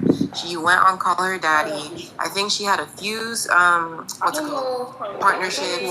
I think tonight, what y'all not doing, but I don't know who's not doing it, but someone needs to put gas in that car. That's killing me. I don't know who uses it in the morning. Who's a mod so they can mute Dana? Thank you. Oh, thanks. Yeah. I feel like her team, like they should have really just pushed her, like I don't know, like let me see, like I don't know, like the BuzzFeed stuff, like the little cute activities they do, like you guys know what I'm talking about, like they have celebrities come and do whatever, yeah, a cute little video, just like stuff like that, like just really push her out there, like it was just, or maybe it's just I wasn't checking for her, but I felt like I wasn't seeing her anywhere, and I feel like if we saw her in more places, just out, like showing us who Amaya is, she could have really been like a it girl, like kind of thing. You know? Yeah. That's just my thinking, but I don't see that for her anymore. I feel like people have lost interest in her. So yeah. Yeah, I was wondering if does it come back? Like a little collab, like a drink collab. I'm like, why is that coming out now? Like, why didn't you do that like when you came out of the villa? Like, yo. I mean, like, yeah, that's fair. Because even the last big things I saw her in was, I think it was Pretty Little Things fashion show, but she was like an attendee. And the dress that whatever stylist she has was not flattering her, and didn't match the brand that like this really girly pop brand that she could have fostered. And two, Heidi Klum's Halloween party, great. I just wish there was more hype around Amaya enough for people to care. Well, I don't wish. Like, if there was more hype, then people would care, and then her name would be out there more. Yeah, she did a great avatar, but I didn't even know she was gonna be there. Exactly. It felt random. Right. I don't think, but nobody has a fan base. Nobody has a fan base like VanCarthen. No. Oh well, okay. I wasn't really feeling it, from what I remember. Like, What, the Avatar? She should have dressed up as Cardi B. Like, they look literally exactly the same. Like, Cardi B stole her face. But you're going to Heidi Klum's Halloween party. You gotta go out and show out. You got the way Heidi Klum and her husband, she was Medusa, her snakes were moving. Yes. I gotta bring the same type of energy, so I don't blame her for going as hard as she did. She was a reptilian. A reptilian. When I saw Heidi Klum's hair start moving, I was like, oh my God, what is this? It was actually scary. So I get why she put in the effort, but again, it was so random to see her there. Right. And it's totally, even though it's Heidi Klum, it's opposite of fashion because it's costume. And everybody knows on Project Runway, they hate the costumes. So this is your time to shine and put on the costume. She just doesn't have a Maya Papaya Nation or whatever the case may be to hype her up, or because, like you said, Eden, she flopped the bag, or her team flopped the bag, and now I think, I don't know, by next summer she's not gonna be talked about as much, or if at all. Well, but because she won. Journey is that community is different from followers, right? Like, you can have like millions of followers, right? And you don't have community, and you don't have good like maybe team. Your team can either make or break you, and something is different from community, right? And follower. Olandria has community because she was authentically herself throughout the show, right? And people grew to love her. Amaya had that kind of motion too, but just that after some time, people just started seeing crack and everything, and they weren't feeling it anymore. And she didn't even act on what she already had, and like she didn't act on it. So that kind of just gone with the winds and all that. So at the end of the day, you have fan base who are only with you because of they hate someone else more. So they're going to support you because they want to use you to diss the person that they hate. It's not support system. Support system and community who are going to ride for you regardless. But a lot of these other islanders, they just have fan base who just hate Olandria more than they love them. So they are not going to ride for them, and they're not going to build a community where they create a buzz about them or something, just give them motion or something like that. So that is what they are lacking, because at the end of the day, instead of trying to be in your bag, you're trying to compete with someone. Just like comparison, like Olandria said, is the kill of joy. Like, you're comparing yourself to other people. How about just building yourself and working on what you have, instead of looking at what does this person have, how can I compete with this, how do I get what this person has? Because we cannot have the same thing. We are not created equally. Everybody is different. We all have a destiny, and it's different. You just have to tap into yours. Everybody was made original. So if you're going to be someone else, like, imitation is limitation. You're limiting yourself. So imitation is limitation. I like that bar. For Maya, I think most of the islanders, what I've noticed is that their fan bases is just haters of Olandria. They just hate Olandria more than they would love them. So it's never going to work. And that's unfortunate. That is what we're talking about. Even when I first started the live, how they come over here in these comments. We don't go to their pages. We don't entertain them at all. We do not go over there. They be all up in our lives doing the most, all the other fan bases. And it's insanity. And you're so right about the community that we're building over here in VanCarthen, Nicolandria, Sphere. Everything is so higher on the vibration to me. And I'm not just saying that because I like it here, but like totally, we're just not acting like the other people. We put our money where our mouth is. We have action, we have accountability. And people like the same friend who said Sierra's owed an apology says that I just don't find anything wrong with Nick. I'm like, well, tell me what he's did wrong. Tell me what he fucking did wrong. And then she had to go back to, well, like I said, he didn't say anything to Sierra, so that shows me his character. And I'm like, what? The way he's treating Olandria, and you're telling me that his character to you is how he treated a mounter, not how he's helping this black woman manifest her dreams. It's just bizarre, and that was from somebody in our tribe. You know what I'm saying? It's just bizarre to me. Anyway,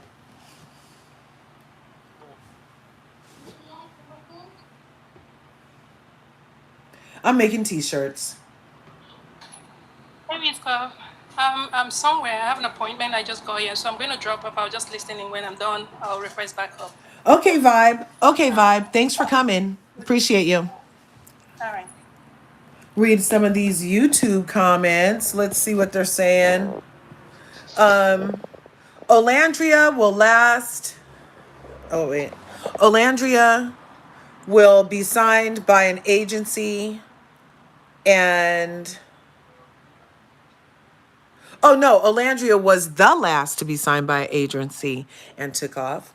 Olandria's team and UTA.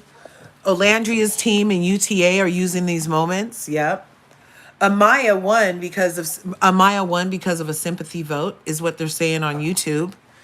The vote don't even Speaking matter. of Amaya, I think like Amaya's rise is like, I feel like at the time, no, I feel like I need to think more about this before I talk. I'm not ready to talk about it. Okay. Basically, I just feel like the time was right for Amaya to rise and have Hi, everybody's Sadam. attention, and that's just kind of what it was. Like, there wasn't really anybody to compete with Amaya. Like, I don't know. Let me just leave that. That needs a little more thinking. It feels like something's developing there. How you doing, Sadea? What movie is that? Sorry, I had a movie playing, but I didn't know you put me on. I'm sorry. It's okay. Happy Friday. What are your thoughts? We're talking about who said that? Who does that? Where they do that? I don't You know. know I like the girls, and they've been eating me up in the comments. You know I like both of the girls, so they've Yes. been eating me up in the comment and misunderstanding me. So I wanted to explain myself. I already explained myself to you last time. You know I like Yeah. the girls, And that's what Just we the like. show. We all like, that's the thing. We all like both the girls. However, one girl is moving a little funny and disappointed me particularly with the actions that I've But seen. you know I called her out on the thing I didn't like about her and what I saw, right? Yeah, you totally do. Let them know because they're misunderstanding me. Yeah, no, she always And- she does. She's not that biased where she doesn't call Shelly out. I do call Shelly out, and I do call Ellen out and everything. I do like them. I really like Nick. I really like Ola. I really like Shelly. I really like Nick. I'm sorry, y'all. But I just like all four of them. Like I'm not into like Shalace or Nicolandria and stuff like that. But I like both. When I see anything about Nicolandria, I like it and I comment on it. I say good stuff. I follow all of them and I don't follow nobody for real. But I don't know. I can't say anything negative about both, but I do see the stuff and like I do understand why y'all call her out. But I'm not into the show like that. So I think of it like it's a show. It's entertainment. Yeah. And you know, I'm just for them. I think that that's okay, right? I think that that's totally okay that, you know, you can look at both of them and love both of them. I happen to like both of them, right? I happen to like both women. I find myself finding it very difficult to continue to defend certain things that she shies away from, that I think she needs to take a stronger stance, or just a stance at all on, right? And I feel like the stances that she does take, they are seemingly opportunistic. I'm not a very Somebody optimistic said person. this is real life. I'm a cynic at heart, I right? forget that I'm staying Like here. no, and see, this is why I feel like people, I feel like, oh, Ella, calm down, because we've had conversations. Calm down. You know I don't roll like that. So, as a Haitian woman from South Florida, I very much identify with Shelly, and I want Michelle to succeed. And I've said this from the beginning, I want her to succeed. And part of wanting somebody who represents my people, because don't get me wrong, like, and I think all Caribbean people are like that. When you see somebody who's from your culture, that's your people, they represent you. That's why we go so hard for Celine Dion, because Celine Dion is my Haitian auntie. I don't care what y'all say. And so if Celine Dion were to act up, we'd feel the same way about Celine Dion. But, it's the same way. Shelly's out here and she's representing not just dark-skinned Black women, she's representing Haitian women. And we get enough flack, and I don't want you to add to the reason which we get flack. So we know that as Black women, you already have to move carefully. As a Haitian Black woman, you have to move twice as careful, because there's going to be things about you. Kay, calm down. Celine Dion is not Jamaican. She is Haitian. Don't play with me. She is Nigerian. She is not Nigerian. Y'all youngsters, you guys need to are go sit down. hilarious. Dion has been Haitian since 1804. Okay, y'all need to go sit down. She's been in my bloodstream since she has been. I knew this argument was coming. She is Nigerian. She's been Haitian. I have her gele ready now. She has been Haitian since 1804. Do not play with me. Okay? 1804. So, not Guyanese. Okay. So everybody claiming her, girl. Because we know, that's the best way I could say it, so people could understand, right? So you go out there and somebody is representing you in this world in which social influence is a thing. You want them you want that when they make mishaps, that they kind of stand up. And then she was already faced with character assassinations, right? In which people were calling her character into question because of 404. And okay, fine, you wanted to go ahead and do that. Now this bigger situation in which your Black counterpart, your Black friend, your Black soul sister is being attacked by your man. You have to say something, because now you're making it worse, because your character was already in question beforehand. Now you're under even more scrutiny. And I think this is where she messed up, because I'd said from the beginning that she needed to take control of her narrative, and by staying silent, she did not. And that was her biggest issue. I kind of agree, but then me being like African, sometimes like we tend to not say things. So I'm trying to, I think like a lot of foreign girls, like we don't speak on things. Like when I came to America, I started speaking on things. But like when we were like, we stand like we hide behind things. We don't say much. But maybe that's what she's doing. I don't know. I don't want to say that because I don't know. The show is edited, so I can't really say. Yeah, and I can understand that, right? Even if she wasn't doing it in the show, but post-Villa, we're talking about post-Villa life, right? Maybe she's trying to protect her thing. But you're in a space in which social influence is a thing. So as an influencer, you have to speak up to influence. I do believe that, but maybe she's not like that. I'm trying to give them all. Well, it's difficult to move into this space if you're not like that. And also, she presented herself to be like that. Yeah, that did throw me off, because she always like, oh, I want to fight for what's right. And, even that, what was that they went to, that they took a picture together? What was that event? At the Glamour event afterwards, she said that speech about Miss Rachel, right? Yeah. So she always does that. So it confuses me when she doesn't speak on what happened in the show, or, defend her friend. So I don't know what's going on about that. Like I am iffy about her on that end. I'm sorry, Sadia, give me 1 second. Ella, bruh, come on. Leave off today, please rest. I pray you rest because you do this every time. Do you want to come on the I'm at panel? work. Well, I'm off the clock. I'm off the clock, thank God. It's been 17 minutes since I've been off the clock. But I'm at work and I don't have access to my whiteboard. Well, maybe not on criticism, okay? Criticism is actually a word. I was about to say, just because Criticism is a word. your favorite sees criticism doesn't make it automatically bullying or hate. Even Celine Dion, my auntie Celine Dion has done things for me to give her the side eye too. It's okay. Exactly. You can do that. You could give somebody you like the side eye, like, and you criticize your friend because you want them to get better. You give them, it's called not even tough love. It's just I do that with my family too. Give them the side eye, like, what's going on? It's okay. We're just talking about it. But that's also, like I said, what happens when you move in a space of social influence. When you have influence over people you also open the doors for criticism. Somebody wanted to say something. I don't know. Yeah, go ahead. Oh, I know we're on Shelly real quick, but I wanted to say something before I forget about Olandria. Everybody's been doing this discourse on Twitter about her taking that photo with that guy. They gotta understand she is moving to her career, and it's a business, and she's also gonna be taking photos with other people, all different types of walk of life. So you can't be mad that she's doing that for her job. That's gonna be her job. Exactly. Yeah. I do understand. It's like kissing in the movies. Like, you can't say they be married and kissing and fucking and doing anything. Like, why does that matter? You do it too for a check. It's normal, exactly. But for some people, it can kind of be like, whoa, because I think this is the first time we've seen Olandria assist the villa with like another man, like, you know. So I feel like now, for some people, it might be a whoa, but then they'll get used to it. They gotta grow the fuck up.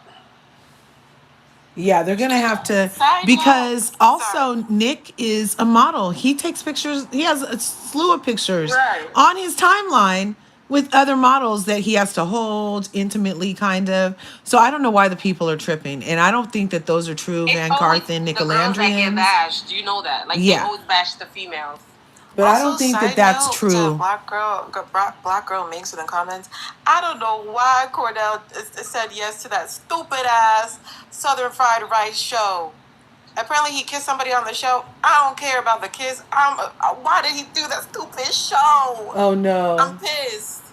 He's getting more opportunities. He's trying to get his opportunities. You gotta start somewhere. Like, I guess you're right. I'm just that one. Supposedly he's getting Southern Fried Rice. But you don't judge. He probably was like, it's Kiki, you know, like, it's Kiki Palmer. So, and he's like, okay, this is a big deal for me. Maybe, I don't know. I try to give him grace. You know, it's light shade. I get it. I might do it for a check, so I can't say nothing. I might do a couple things I don't want to do for a check. It's hard out here. Nah, for real. Southern Fried Rice. How much of a trash show, man?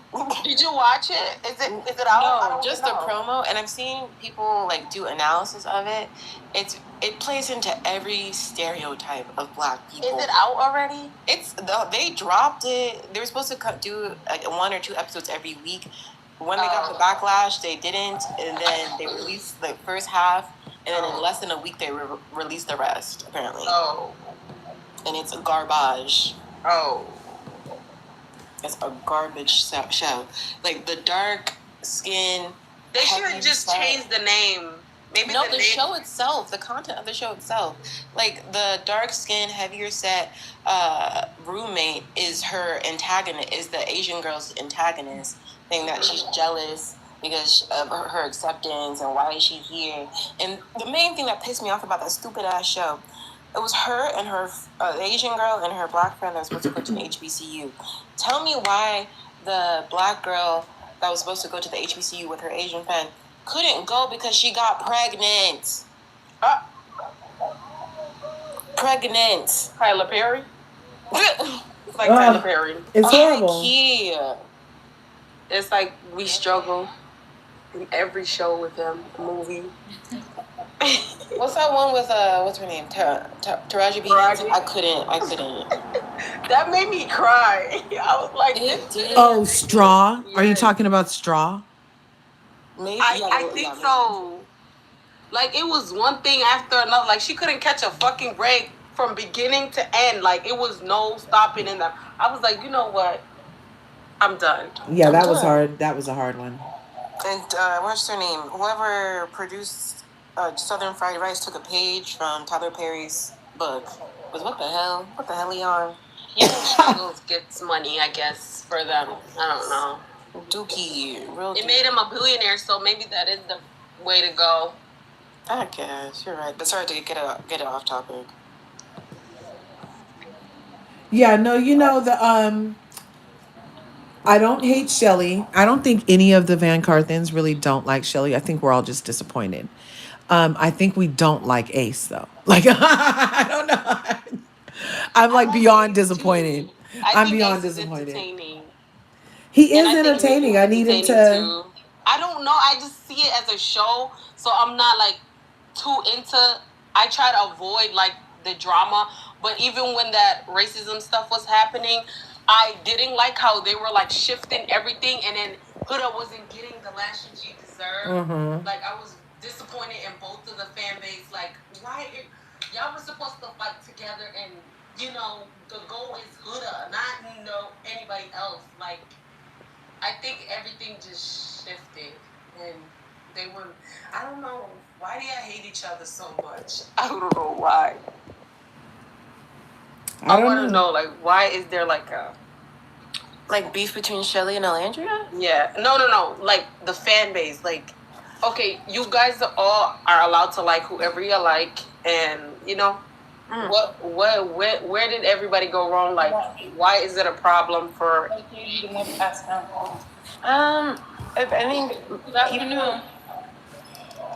think people in general have just principle differences, and there's not a lot of people that align with Shelley's principles when it comes to moving within friendships. On top of that, a lot of her behaviors did seem hypocritical. It did seem to be more self-serving at the detriment of people around her. But some people didn't. What, like from the show or outside? Like, which part? Both. Because mainly I thought in the show she was a good friend. I mean, well, they both were a good friend to each other. Like, from what? Well, at least from my point of view, it seemed to be more self-serving from Shelley's end. And then when we add the context of what Ace said and saying, like, oh, the producers said X, Y, and Z, it's like, oh, Shelly, did you know about this? Did you not tell her what's going on? And then when we add externally, outside the villa, interviews that ask questions like, oh, call someone from the villa. I'm going to call my bestie Taylor. Your bestie Taylor that played in your friend's face? But they already explained that, though. Like, she was cool with Taylor, though. So why can Nick and Taylor hang out and Shelly can't call him bestie? They don't hang out. When have they hung out, though? People keep trying to throw that in there. When have they hung out? Post the Ace interview. The last time they hung out was when he went and they rode horses and stuff. And he went to Oklahoma. That's the last time he and Nick hung out. Yeah. But they went to, and then they did an interview together. They did like an interview together. Nick, whatever thing. That was filmed a long time ago. Oh, okay. I don't know. I'm just like, I'm doing my own, thing. I'm not with everybody else. So yeah, no worries. I don't know. Yeah, so can I explain my thing? I think Ola is a great friend. I think Shelly was a good friend too, but I feel like, the critics, I don't know, maybe she feels, I try to like see it I try to put my, shoes into, before like commenting on, that's why I'm stuttering, because I don't want to say anything bad, because I don't know. Like I said, the show was edited, and I think, like, she even cried, so I feel like they were on their knees, so I don't think, like, I don't know. Huda cried too, but how much weight does those hold when it comes from a self-serving place? And she showed time and time again by hanging out with Sierra multiple times. But they said that was a brand deal. there was more than that. They were one hanging out occasion. post the brand deal. No, there were people who said that they were within This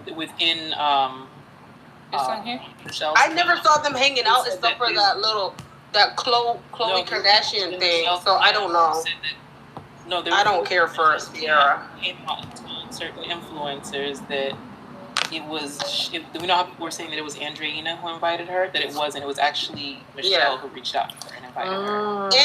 But Andreina said that she invited her out. She said that on TikTok. Andreina posted the pictures. There were people with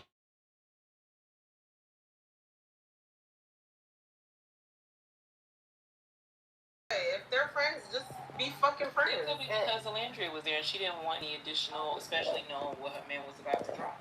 Right. I don't know. And then on top of that, they hung out more than that one influencer event. Oh, I don't know. I told you, like, I'm just finding out, right? Like, most of the stuff right now. So,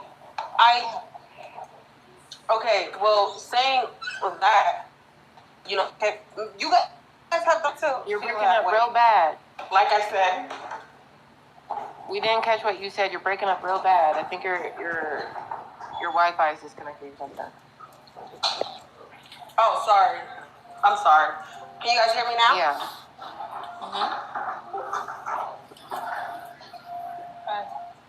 So I said you guys have all the right. You know, you guys are explaining, you know, your side. So I'm just understanding. I don't know all of this stuff. So No, of course. Yeah, and I think the large majority of people, if they put themselves in Olandria's shoes and then they see their so-called friend move the way that they move, they wouldn't want to associate themselves or even have much care for that person that they thought they were close to. So that's why this is much. When I was watching the show, they were saying, like, she said, fuck Taylor, you know, fuck that man. I don't know, I was seeing. So I saw that, fuck that man. I don't know.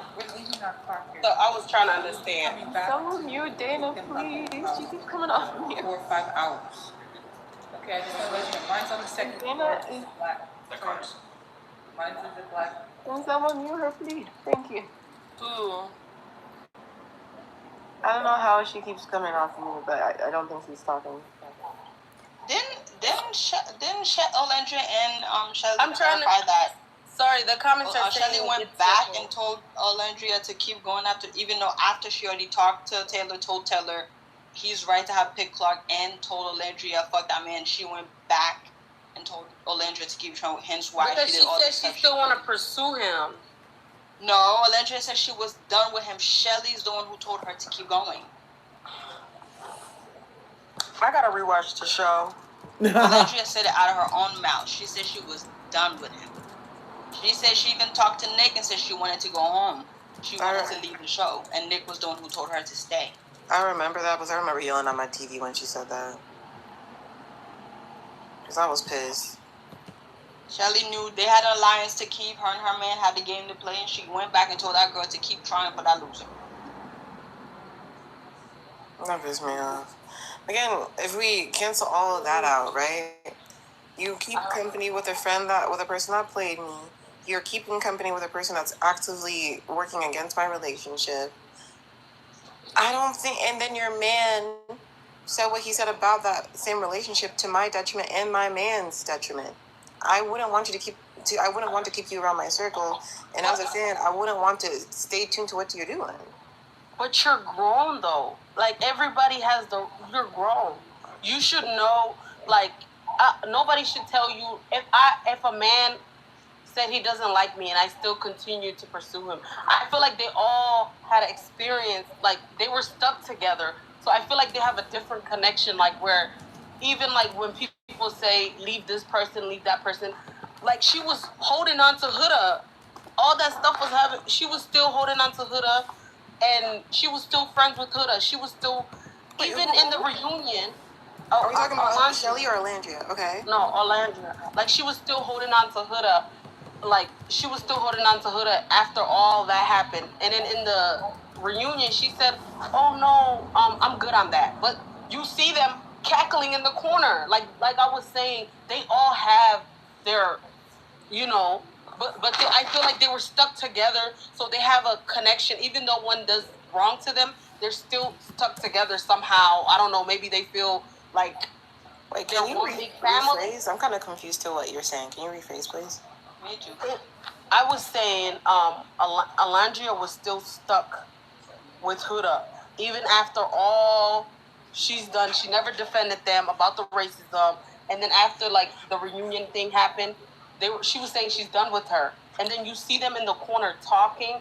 I feel like they're all connected. Like they can't let go of each other. Even with the Huda thing, they stopped. They had hold on. They by the time the reunion came around, they hadn't talked since she left the Airbnb. I know, but I'm saying when the Call Her Daddy interview came out, that was a shock to everyone. And then again, when they said, "Huda, why didn't you post something?" This is like the first time they're addressing it. It was at the reunion. They weren't besties. No, they actually. Can I correct that timeline? So per Chris's live, I'm going to correct that timeline. So per Chris's live, they spoke at the airport before leaving Fiji. They came back. They had a second conversation. She went and did Call Her Daddy because by that time her stuff was still at the. She did the Access Hollywood. She did Call Her Daddy because she did Access Hollywood first. Call Her Daddy just dropped afterwards. So she did Access Hollywood. She did Call Her Daddy. When she filmed it, they asked her again. And he left because he knew he had tension with Huda because of their last time in the villa.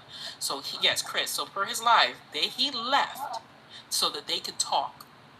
She then that's when you hear them in the reunion say that we talked to you again and asked you specifically to address this because you fueled this again with what you said in the Call Her Daddy interview.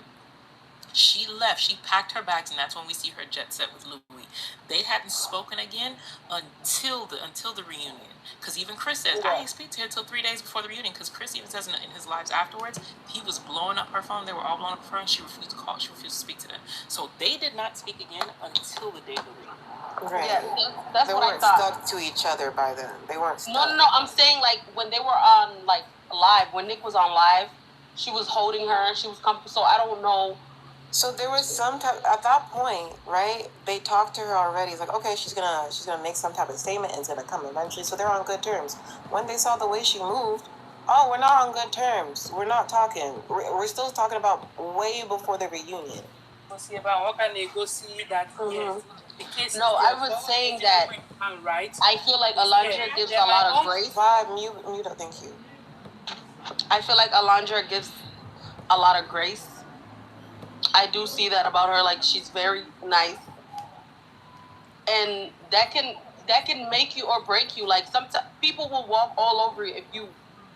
She just gotta stand on it. Like I want them to stand. Grace, but where has she not stood on that exactly? She's the only person. No, I'm talking about like. On it. Okay, at the reunion, she said she won't speak to Huda, correct? And then after they had that. It was a little clip on the corner where they're hugging and talking to each other. Because they're professionals. The same way where when Nick was photographed with them after the New York Fashion Week, they're professionals and they know how to be professional. You don't forget. Olandria comes from the corporate world. The same thing with you're gonna rub elbows with people. But here's what it is. You're gonna rub elbows with people, and you're gonna have to engage with people who you don't like, and that happens because that's what adults do in the corporate world. Exactly. Right? So a clip of her being in the corner together. But a clip of her being in the corner together is nothing. But that's different than somebody who's out here going out of your way to spend time, going out of her way. But racism is a big deal, though. It's no excuses. Like it is. But again, are you professional or not? You want her to come out of character and not. I can't be professional about racism. Like I can't. When I tell no one's asking, but you're conflating the two. So we're talking about. We say you're in a professional setting and your boss gives a microaggression. We can't pop off at our boss. Or even a colleague. We can't pop off. I might have to walk off. I don't know. Can I bring up that conversation that she was having, where she was like talking to her during the reunion? Let Gigi land and then oh, sorry. I feel like you're struggling with really wanting to accept it, your dislike of huda, but then really what it shows is a bias towards Olandria, unfortunately, is really how it comes across. And I don't know if you intend to do that, right? But that's how it comes across. It comes across as a bias towards Olandria. Okay, I apologize on that. Because at the end of the day, she is the victim. And if the victim is being professional, we cannot criticize the victim for being professional and holding poison a situation that could affect her and impact her negatively. How can you be cordial with racism? Hold on, because you cannot, because again, that's victim blaming. You're putting the burden on the victim for being cordial and behaving professionally in a situation in which all eyes on her and she's still getting racial hate. She understands that she has to she understands that she has to move in a certain way because they are on set, therefore she is at work, right? Mind you, she's coming off the heels of being accused of being a mean girl too. Okay, now I got that part. So afterwards though, moving forwards, her actions very much stand in her conviction in which she does not engage. And she does not speak to her. So there's no way there that you can land that at her feet. Can I Yeah, she has to be strategic, is what they're saying on YouTube. Okay, I got that. I did, victim blame. You are right. I understand it clearly now. I'm sorry about that. I just wanted to point out, during the reunion when she was like talking to Huda, it was actually before they had that segment where Huda said that she was busy and she couldn't, she made that whole statement about, oh, well, I was getting racism too. It was before that statement. So I think Olandria, when she was talking to Huda and having like side conversations with her, she was under the impression that Huda would take the opportunity during the reunion to discuss, to stand up for her. So she thought that their relationship would move forward after the reunion. During the reunion, however, you see that Huda didn't do what she said she was going to do, and that's when Olandria takes a step back. So that scene where you see them, like, I think they had like a handshake. I think Nick also had a handshake with Huda. That was before they sat down and had that segment where they had that conversation about the racism, and Huda literally stood 10 toes and said, well, I was getting racism too, and I'm sorry I didn't defend you, but I had a lot going on. And then after the reunion, she doubled down and had that post on Instagram saying, oh, I got a lot of things to do in the caption. So I think that moment that you saw them talking was actually before that racism segment that they actually discussed what happened during the reunion. And that's when Olandria was like, oh, okay, so I see this girl actually does not give a fuck about me. She does not want to fix this relationship. She actually sees me crying about this situation and does not care. So I think you're mixing up when that moment actually happened. I did mix it up. Like I said, I'm not into it too much, so I might get my information mixed up. So I apologize about that once again. And I want to emphasize and that's the difference between the way Olandria moved when it came to Huda and the way Shelly's moving when it comes to Sierra and purposely keeping company with Sierra, and that's what I think it goes back to. It's a character difference. Whether it's a flaw or not, that's up to the person that sees it as a flaw or not. But it's a character difference that didn't align with each other. And then people that are quote unquote Olandria fans, their principles more closely align with Olandria, and they see the way Shelly moved and they didn't like it. And that's okay. I just wanted to know like both sides.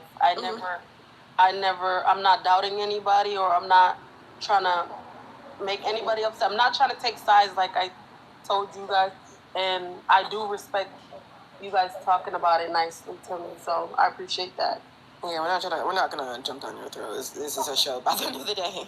It's never that. It's never that. Yeah, it's not that serious. It's never that serious, so. Y'all can drag anybody y'all want. I don't care. Remember, I told y'all it's a show to me. But the racism thing, like, that was a big deal. Like, I take that more than a show. So that's the only thing. But everything else, like, they don't like each other. They're arguing. And y'all don't like what y'all call them, la-boo-boo. I don't care about that. So everything is funny to me. But you get what I'm saying? I just like them as, like, I care. You know, when you like a movie and you like a person, like I just like them like that. I never. Not deeper than that. That's fine. Yeah. So, but the racism thing, it is deep. That is deep. So I just want to let y'all know. Y'all can continue dragging. I do like the entertainment. I'm here for everything. No, yeah, Labubu can stay where he is at and try to scrap for a clout all he wants. He's not gonna get it. He's not tall enough to ride this clout ride. And I think it's been discussed before. The need to come out now and say, oh yeah, we're cool. We squashed all the beef, this, that, and the other. It's like, oh, I see what you're doing. And I can't remember who said it, but didn't one of them or both of them come out with some type of campaign conveniently after these PR answers of, oh, we're cool now, happen? I see what you are, Alan. I see your trollness coming out. I see your Rumpelstiltskin make a wish. I thought Nick said he apologized. I thought he didn't apologize. He, quote unquote, apologized. Was it August or something? August or September? Still being shady after the quote unquote apology.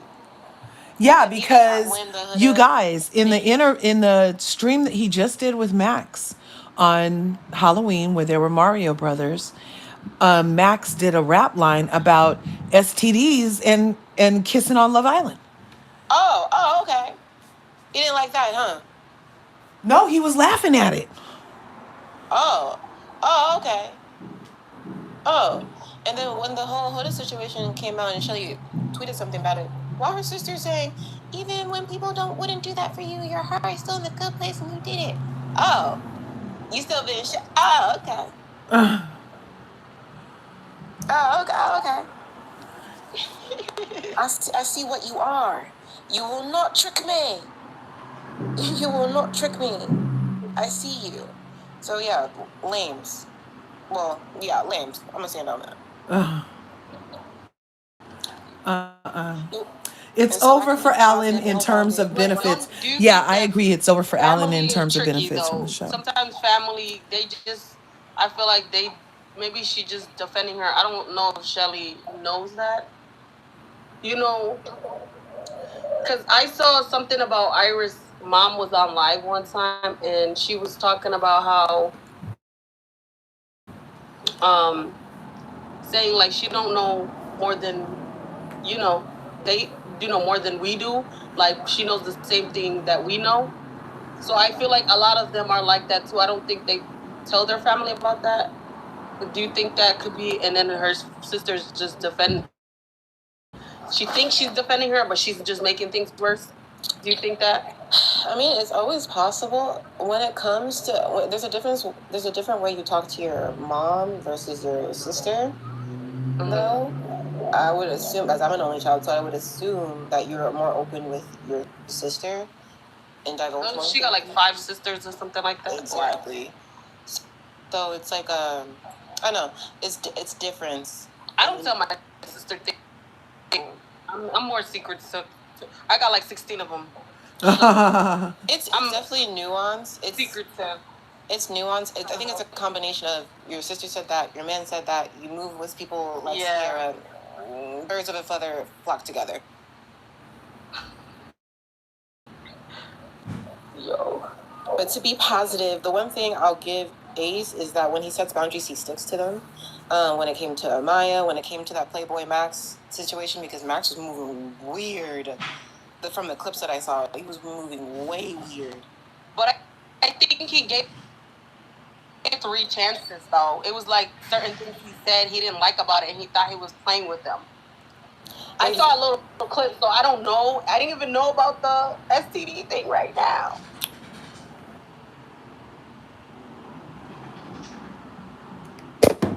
Okay, yeah, I didn't know about it either. Let me see what's going on over here.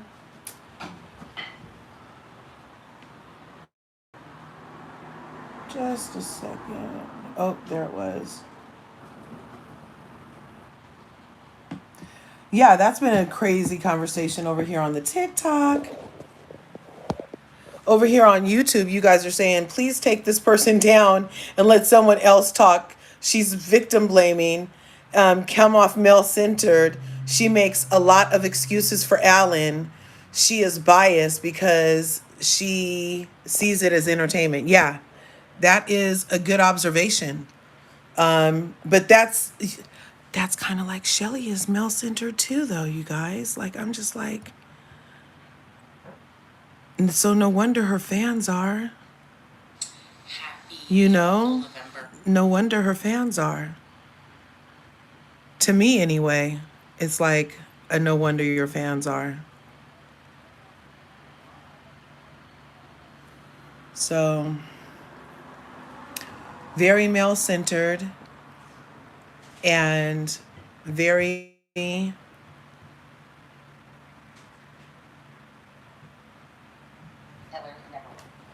witnessed two black men, her, his own admission in the speedy interview.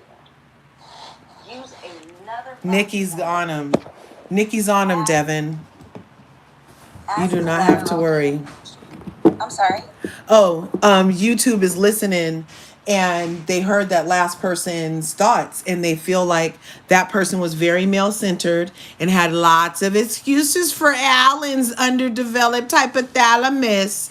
And I was like, oh, don't worry. Nikki's about to get him. There it is. Yes, so that is the issue. And as long as the fan bases don't understand or continue to make excuses for and not acknowledge the fact that we watched two black men use another black woman as collateral damage, as a humiliation ritual to further their gameplay, we will constantly have discourse. We will constantly have discourse. I did call him out for that though on the last time I was speaking on here. I understand. It's the same thing on our side. There are certain takes that I don't agree with and that are very damaging. Like I stick to the most, and this is why I love these spaces, because I stick to a person's actions, their character, how they're moving outside the villa and how they were moving inside. We can dissect all of that because we are viewers of the program. It's, honestly, I understand this is reality TV, but it's no different than watching a show, a drama, and having a conversation and dissecting why the writer did this, why did they move this way. As an artist, that is my job, literally my job, to do that. Yep. So as long as that amount of discourse continues to happen, I mean, as long as the acknowledgement does not happen from the majority, it is not shut down, we will always have this discourse. Whether or not we participated or not, that's one thing. But to make excuses for that behavior, I will never understand. And it's very interesting that the call is coming from inside the house. Because the same way a lot of Shalacers are asking Olandria to stand up for Shelley, and I'm confused of why, because I've never seen Olandria do anything to Shelley, and I have seen things that Shelley has not indirectly harmed Olandria, and which we've talked about. I've seen that happen. But I've never seen Olandria post moving away personally. Her moving away where she owes anybody an apology. What I think is what I think they want, and you can correct me if I'm wrong, is they want Olandria to check her fan base, which if you follow Olandria, she does, but she does it in live. But she does it a lot in lives. Or or sometimes a post. And I know Shelley has as well. But how often do these people need to do this? Your beef is not honestly with the Olandria. Your beef is with the fan base. Yeah. Y'all don't like the fan base. Leave that lady alone. And I get on people all the time when they go. And here's the thing: we have to remember our timelines are curated. They're curated. So a lot of the things that people do If you're not involved in the mess, it doesn't show up on your timeline. When I did my due diligence and I watched the Jessie Wu bet, I watched both of them. Hard to sit in it because the interview was clearly biased, which she admitted. But I appreciate that. Are you talking about the one she was fake crying? Here's the thing. I'm not doing that because guess what? I did go back and look and saw that there were xenophobic comments. Now, saying it came from Nicolandrians, here's where I get really bothered by this. Because if you were a part of the Nicolandria community before they got their popularity, none of that was taking place. None of it.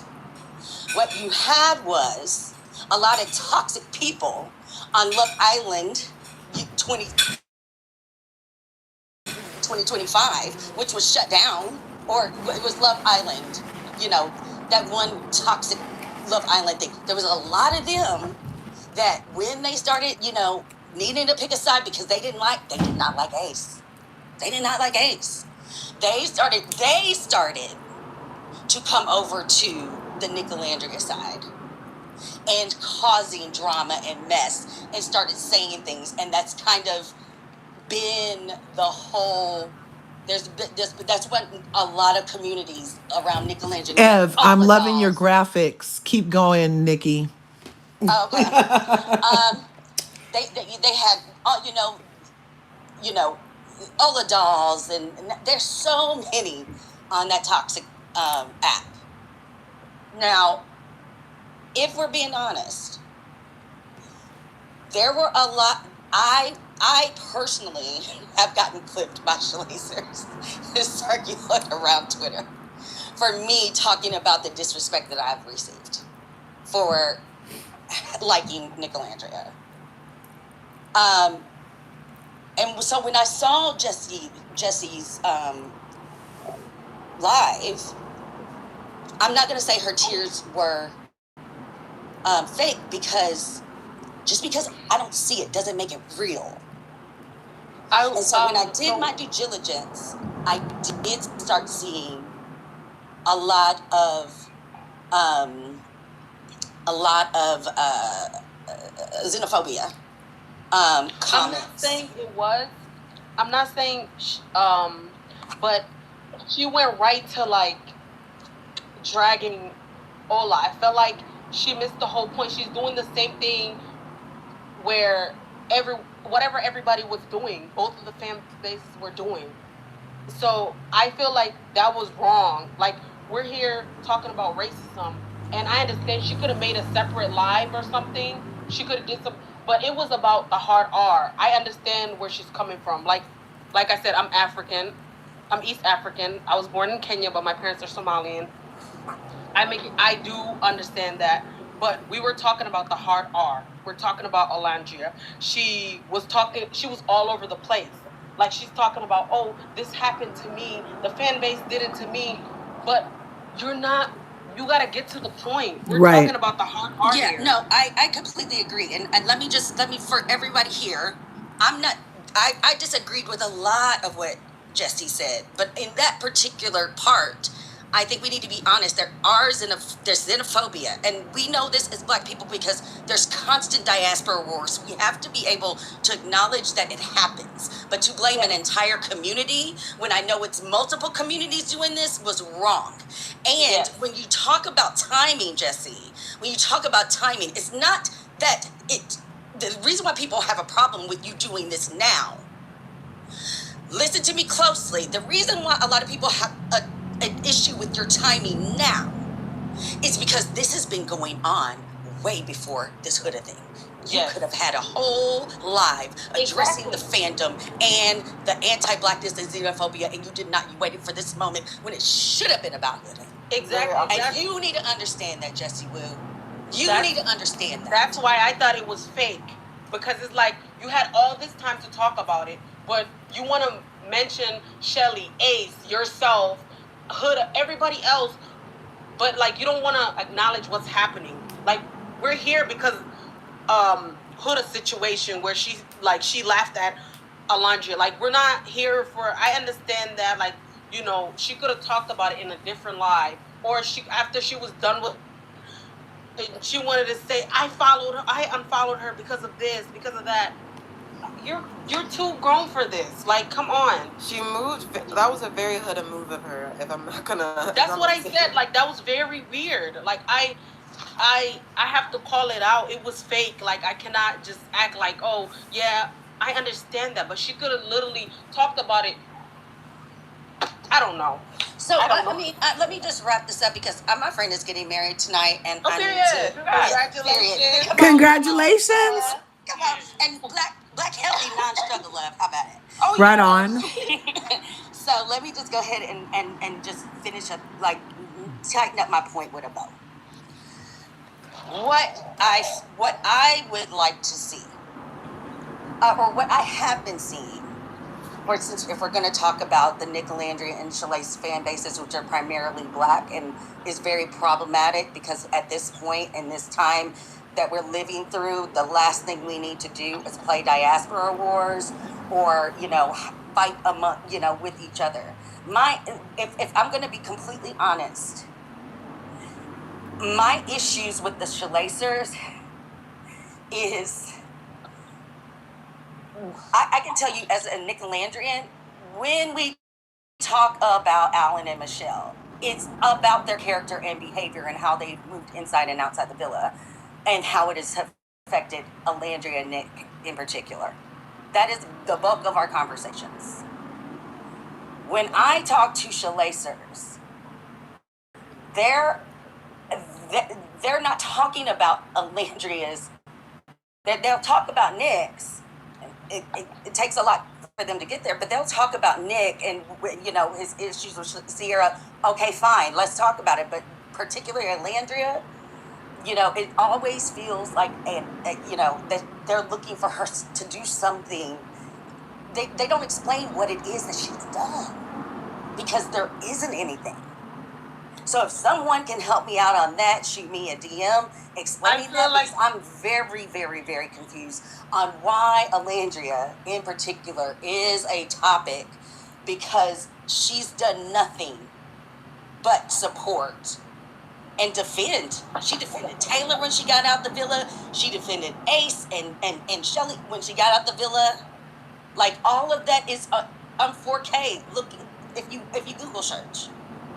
But I'm confused on that. So I'm thinking at this point, we all need to go to our separate corners.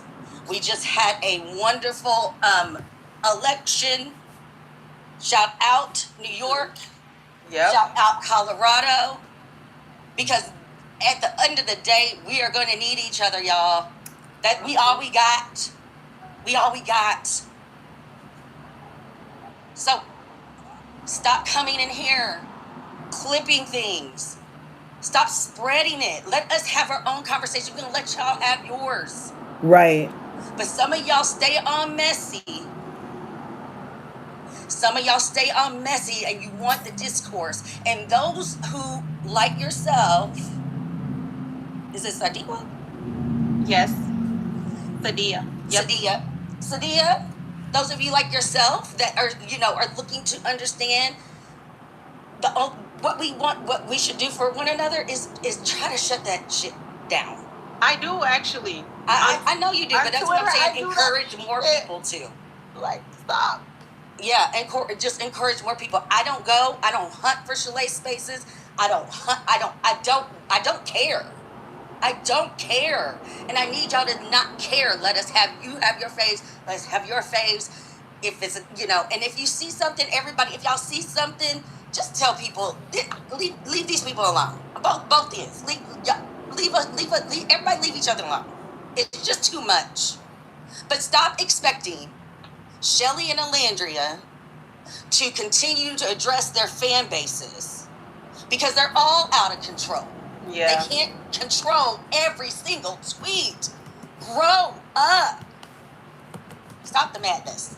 Everybody has a mind of their own, and they say what they want to say. So you can't really do much about that with the fan base thing. So All right, y'all. I'm gonna go. I'll be down a listener. Enjoy Thanks the for letting me wedding. Thanks. vent and get my shit off. Thanks, Nikki, for your input. Have a great time. Of course. Hi, y'all. I'm free. I'm free. Yay! Gigi's here all the way, you guys. Free. Gigi is fully present and accounted for.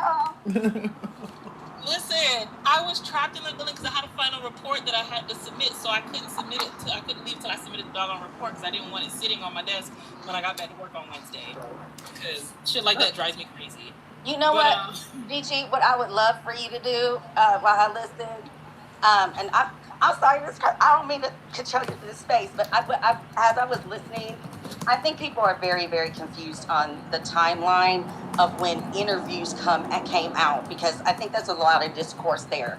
Like, there were interviews that were happening prior to when they were aired, so it kind of has skewed I think a lot of perceptions of when people were in just a quick clarification on that. So just a quick clarification on that, right? When it comes to interviews, because of what was happening in those interviews, a lot of those interviews were held, and that's why you saw interviews like the Keke Palmer interview come out so late, and we were like, what the fuck? So what happened was, apparently she had filmed Call Her Daddy first, and then filmed Access Hollywood second, but Access Hollywood dropped first, and then Call Her Daddy dropped second. So that's why people were like, yo, when she addressed it with them, she was still with them. When the interviews aired, she was still with them, right? But when they dropped,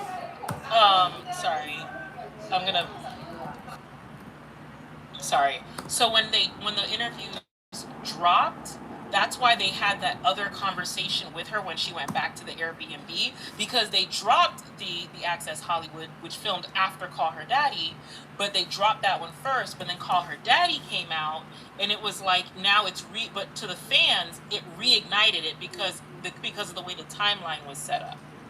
So that's what happened there, and that's why they were like, yo, but you went back and said this, and people on Huda's side were like, but no, hold on, I'm not sure what that is. Oh, that's my window. Sorry. I was like, what happened? Yeah. Kids getting out of school. Okay, sorry. Yeah, we're just gonna. It's outside the window, you guys. Everything's okay. Oh, it's your pen. Don't bother me.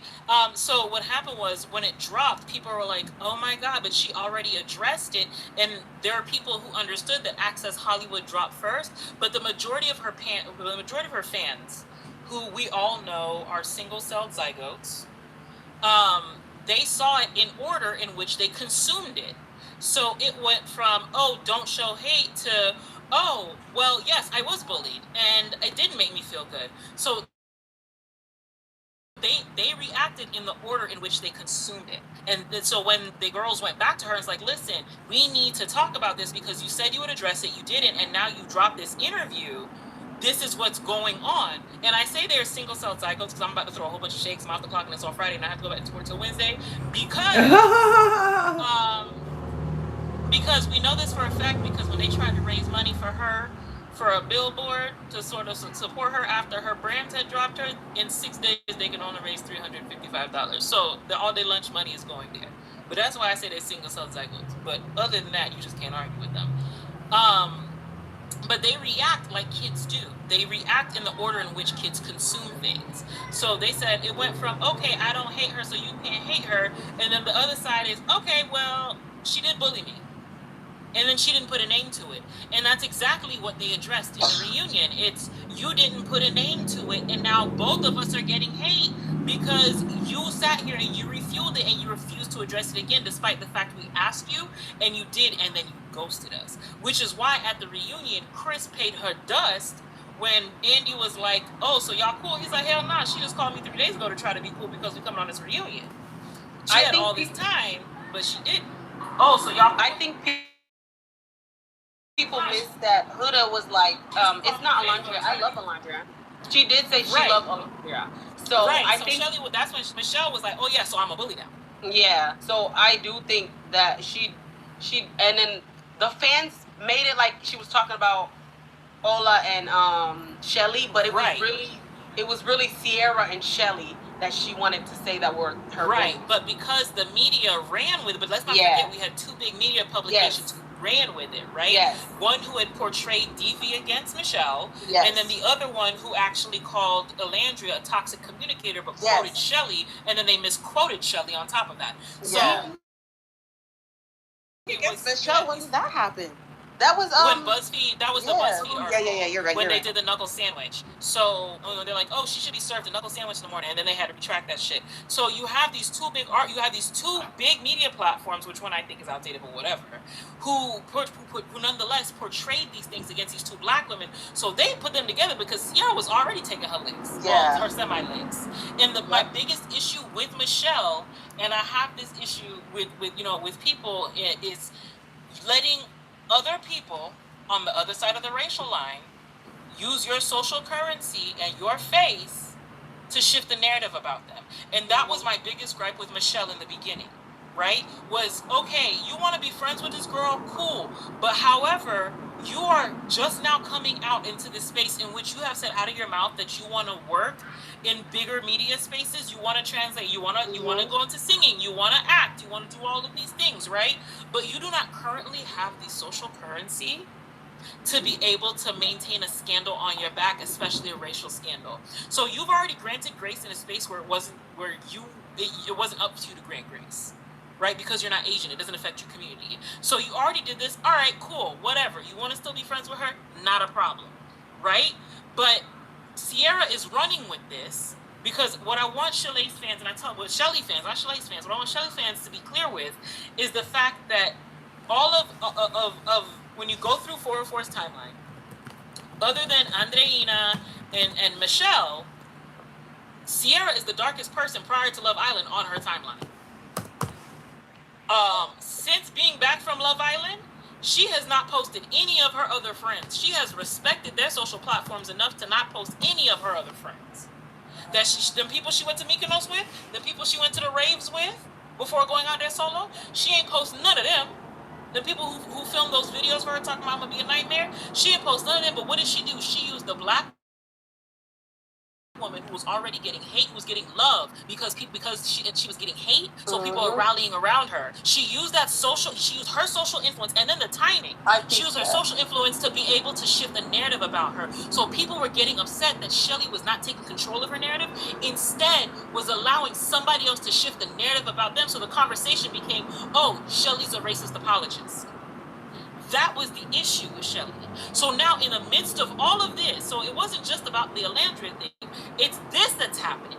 Now in the midst of all of this that's happening, she's shading the girl who's your soul sister, who despite the fact when people are like, oh, Olandria, what about Shelly? Y'all still cool because they see the video, they see the pictures, and they see that, Shelly's kikiing with her in the comments. So they see all this, they're like, girl, what's going on? Is that still your girl? And she's like, you know what? That's still my girl. That's my soul sister. Y'all can't tell me nothing about her because when we go to LA, we moving together.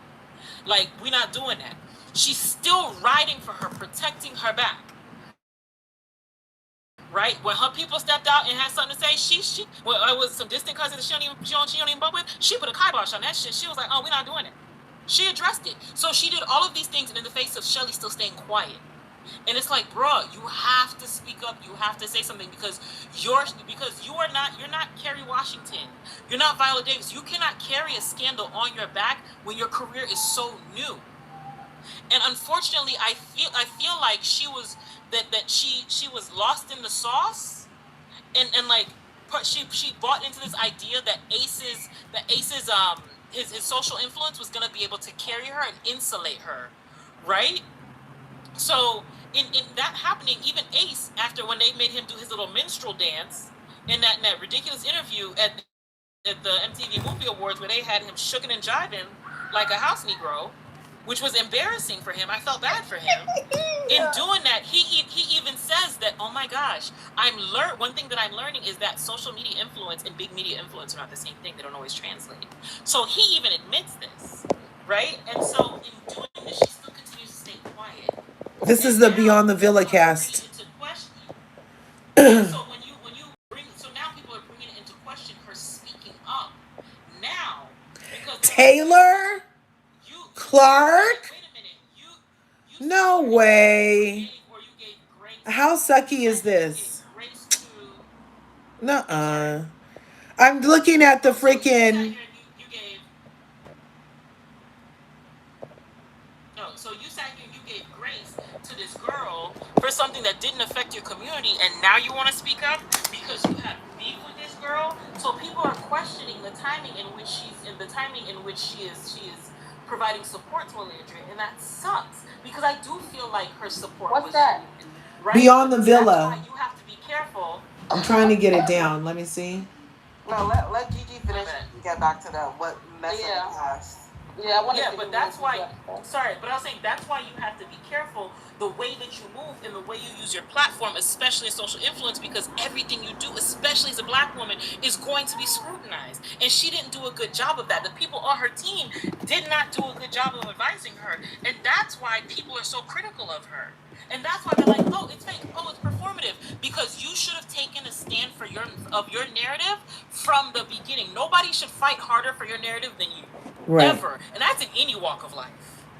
And that's what happened to her. When she made that post, I know a lot of you guys are saying performative, but I feel like if she didn't speak, I would have looked at her even more weird because like she is a black woman.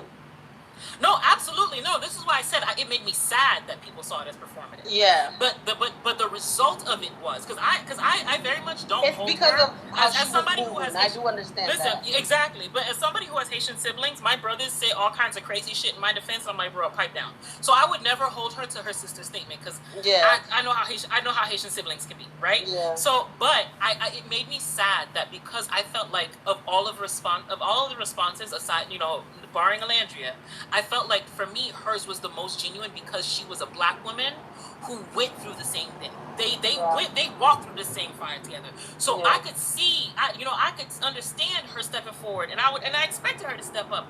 It just pains me as also a black woman that people would see it as performative because she had the chance to mitigate the situation by standing up and making a stance from the beginning, and she didn't. Because Ace didn't say anything at all. Right. And he's a black woman. Like that. And even as Ace, I felt bad for her with the Ace situation because it was like it wasn't just Olandria he attacked. He used his own woman as social cannon fodder. Yeah. Yeah. And he knew this was gonna blow back on her and did not care. Like, girl, stand up, please, come in. Or at the least, Gigi, once he did blow back on Shelly, he still didn't care. Like, even if he didn't have the foresight, in retrospect, he didn't do anything about it. She doesn't even speak for herself. I feel like that's just. I think she tried to be like.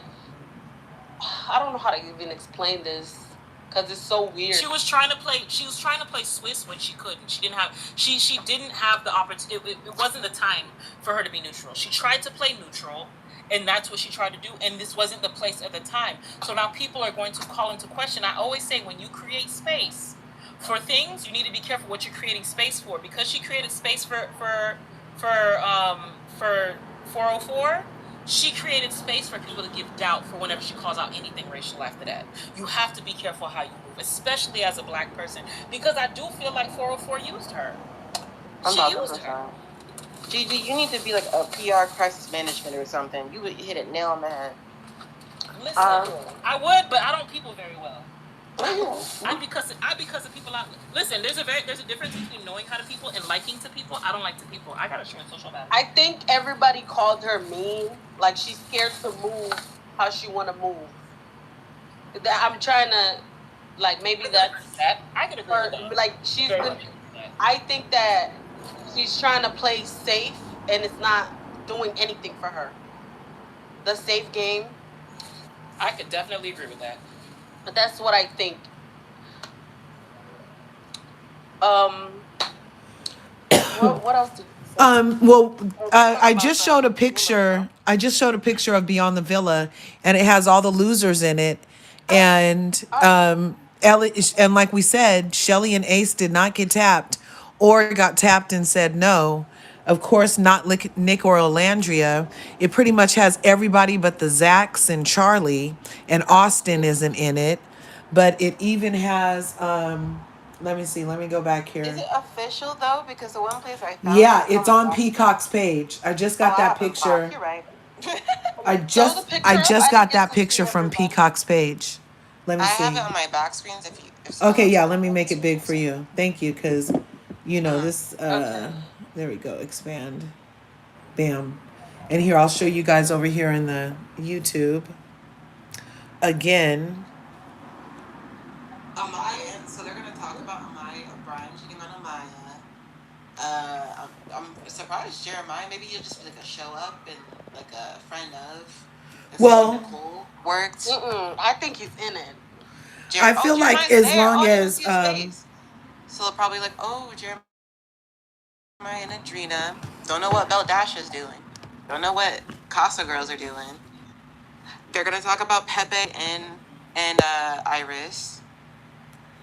I don't know what Clark and Taylor are gonna do, and frankly I don't care. Adriana, they're really trying to do something with girl Andreina's ass. She been on everything. She been on everything. I like Adriana. I like her. I mean, I like her too, but I mean, she keeps going on everything and she's not winning, so it just feels oversaturated. Because let her calm down. She's too. I don't want to say weak-minded, but like she's too nice. Yeah. She's a bit naive. Yeah, I didn't want to be me, but like. And they're gonna have Iris, TJ, and Pepe there. Lord have mercy. That's gonna be their storyline. Lord have mercy. I want her to be fucking mean. Like, you're beautiful. Like, come on. You know what would be crazy is if Beldasha decided she wanted to try to get it Taylor in front of Clark. So what is Beyond the Villas? What is the format for Beyond the Villa? Are they hooking up or just talking about their life beyond the villa? It's like reality show. It's like a normal reality show from what I gathered. So it's not trying to hook up. No, it's more so about to just follow them around. Yeah, like the Kardashians. But what's her name? They almost hooked up on the other one. I forgot. Oh, you talking about Kayla and Aaron? Yeah, Aaron was rehashing like. Yeah. And Aaron was telling her like, no, I'm healed and. No, Aaron, he got jealous. He was getting jealous and everything. No, because he was saying that when the cameras turned off, like Kayla was like trying to come onto him and like do stuff with him, but then when the cameras come on, like she would act a different way, and he didn't like that. Yeah, he was like saying, I would see him like saying they act so different when the cameras come on.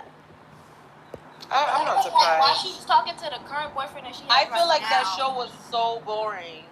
That's why I'm like, what's gonna happen with this one? The only thing that was like funny about it was Cordell and I think they should have centered PPG as the main focal point, and I think that would have made it better. They made it about Kayla and the other girl. Kayla and Liv situation the main point. It was like it felt was like so annoying and childish. Yes, it felt like the side characters was more of the focal point than Serena, Leah, and Janae, which that's what everybody really wanted to watch. Is them with their men. Oh my God. Leah. Yeah, Leah was pissing me off on there. I'm not gonna lie. Thanks, Ray. She was pissing me off. I didn't watch the show. I didn't care for it. Like she was. We watched 2 episodes. Really, I watched the whole thing. It was boring. It really was. Only certain episodes was like okay, a little interesting. Yeah. For the most part, it was boring. Yeah, and also Kenny. Well, Kenny, yes, and also Kendall. Why the heck is Kendall there? That man irks me to my soul every time I see his stupid face. No, Serena had me dying when she was like, I'm not gonna go. I don't want to talk to no 30-year-old. She was the only one that stood on business. But I thought Hannah has a boyfriend she's in Japan with right now. So so this isn't just about their. They can bring their partners. Oh, okay. Because Kendall, like, he was dating a girl from the outside, and he brought her sister and parents, I believe. And then Aaron brought, I think, a couple episodes, it was like his grandma or mama in there and But brother. there's always gonna be like friends or family of the cast. Yeah, you can. I think they're allowed to bring like a couple people because I thought Austin was To the gonna be people on asking, here. I totally people thought asking Austin would in be the on there too, because Because he moved. Jeremiah said him and Austin live in the same building, so I was Yeah. like, oh, y'all some gonna people be on asking in the be on the comments, movie? yes, this is the official cast for Love Island Beyond the Villa. So I wonder if like if Austin is gonna be like a friend who show up for like Jeremiah or something. Maybe, I don't know. I'm not watching it. I did Charlie, but somebody blocked me from commenting. I don't understand why. Wait, But you we guys, finally y'all got heard in the contact rumor? with them. Sorry, Charlie, because they didn't have electricity or access to Wi-Fi for a long time. But they're okay. We finally got in touch with them after like a week and a half. Oh my gosh. Thank you. No. That's Sorry. crazy. Charlie was asking me a question in the comment section. Did y'all hear the rumor about Taylor and Clark? Yeah, that allegedly Clark is prego. I don't believe it because she just went home and was showing off a very svelte flat tummy. I don't care what Dreddy Locks does, to be honest. Dirty locks. Oh no. She better secure the bag. Shit. Period. She not doing shit, so she better secure that motherfucker. Yeah. But again, They were like, from you're my- never getting your makeup tutorial from her. Just call it a wash. I mean, she wants to be kept women, and she's allowed to be, so it is what it is. Yeah. At least with the cast of the next season, I think the storyline is going to be Amaya and Brian. Like, I can't believe you did that. It's going to be Andrina and Beldasha maybe fighting for Jeremiah. And like, which one do I choose? Don't know what Chris is doing. Don't know what the Casas girls are doing. And then it's going to be Iris, Probably TJ, Chris Pepe, and and Hannah. Coco. Chris and maybe. Because he said, he said all the black girls were pretty, so maybe that's his next goal. Or Bella Dash. You never know. JD has been hanging out a lot with Coco. Oh, yeah. Remember, he's Puerto Rican. He's Puerto Rican. He's not Haitian. He's Puerto Rican. But yeah, I really don't know what. Maybe they're gonna focus on Clark and Taylor and their relationship. Don't know who really cares. Hannah, Pepe, TJ, and So does that mean all of them gonna live in LA while they film? no clue. They will pick a place. Like they all gotta agree on it. It's like I think a majority vote. Cause remember, Serena and Janae and them said that. Like they have to vote. They give you options. Yeah, but they also said that how they produced it to them was more like they thought it was gonna follow them like day to day instead of how it was really produced. She said that they made her pick between two places, and then more people picked LA. More people lived in LA or something like that. Oh, okay. Is this picture real? Yeah, it's posted on Peacock's page. It's definitely real. These are the people beyond the villa? Yeah. Yes. I'm There's happy not my even client. a I'm main happy that my character. clients are not there. I'm just happy that my clients are not there, so they can watch their season by themselves. You know, and it won't be any coattail watching, so you won't be confused over, oh, people really did like them. Look, the views are high. Nope. We'll see. We'll see. Because VanCarthen's would have broke the peacock again. Amaya's gonna do her sympathy stuff. I'm also confused when they film. Like, are they filming now? Or are they gonna film next year? And They do a little bit of all. Like they would do.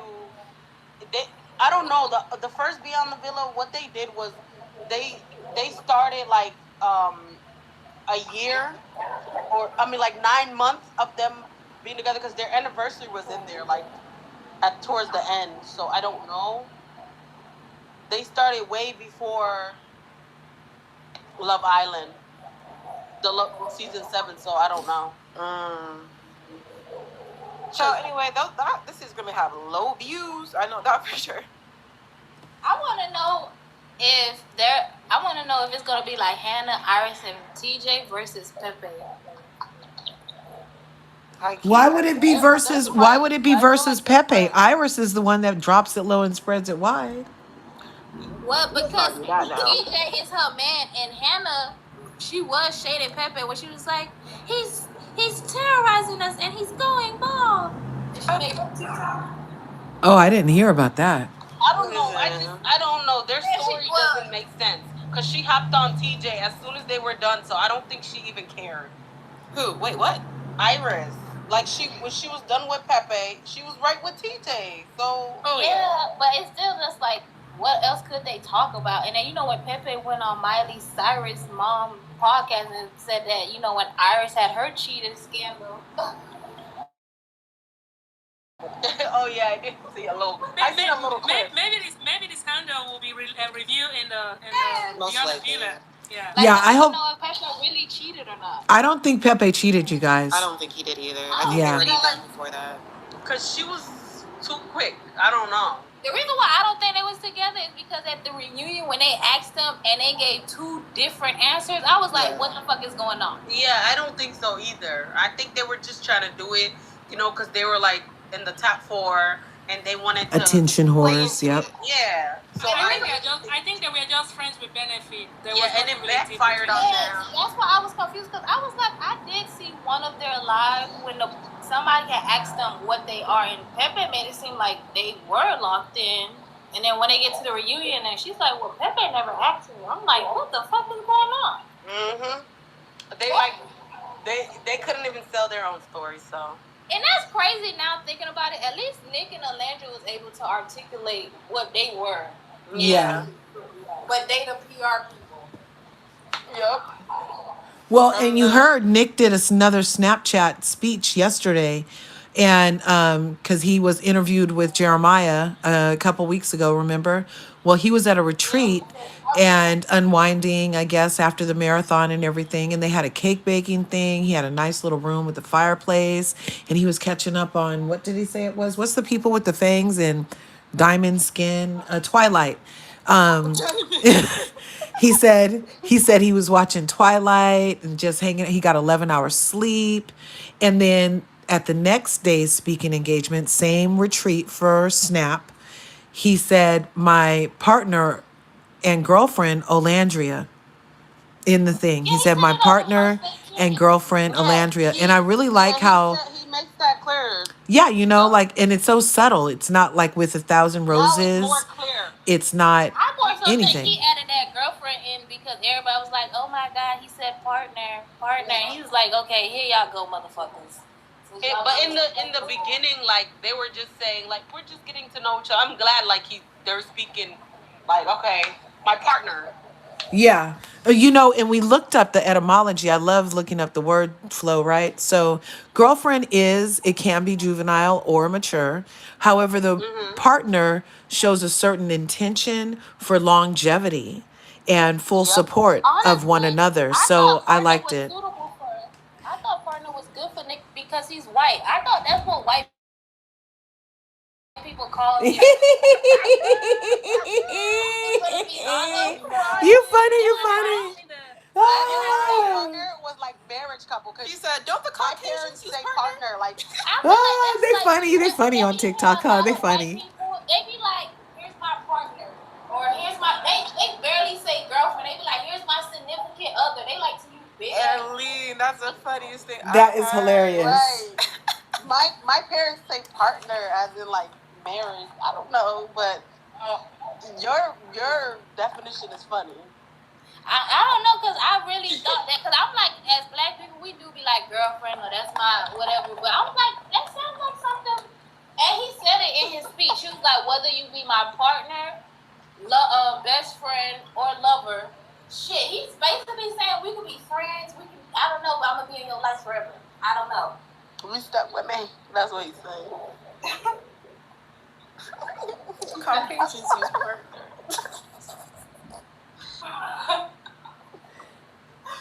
That got me for real. Thank you.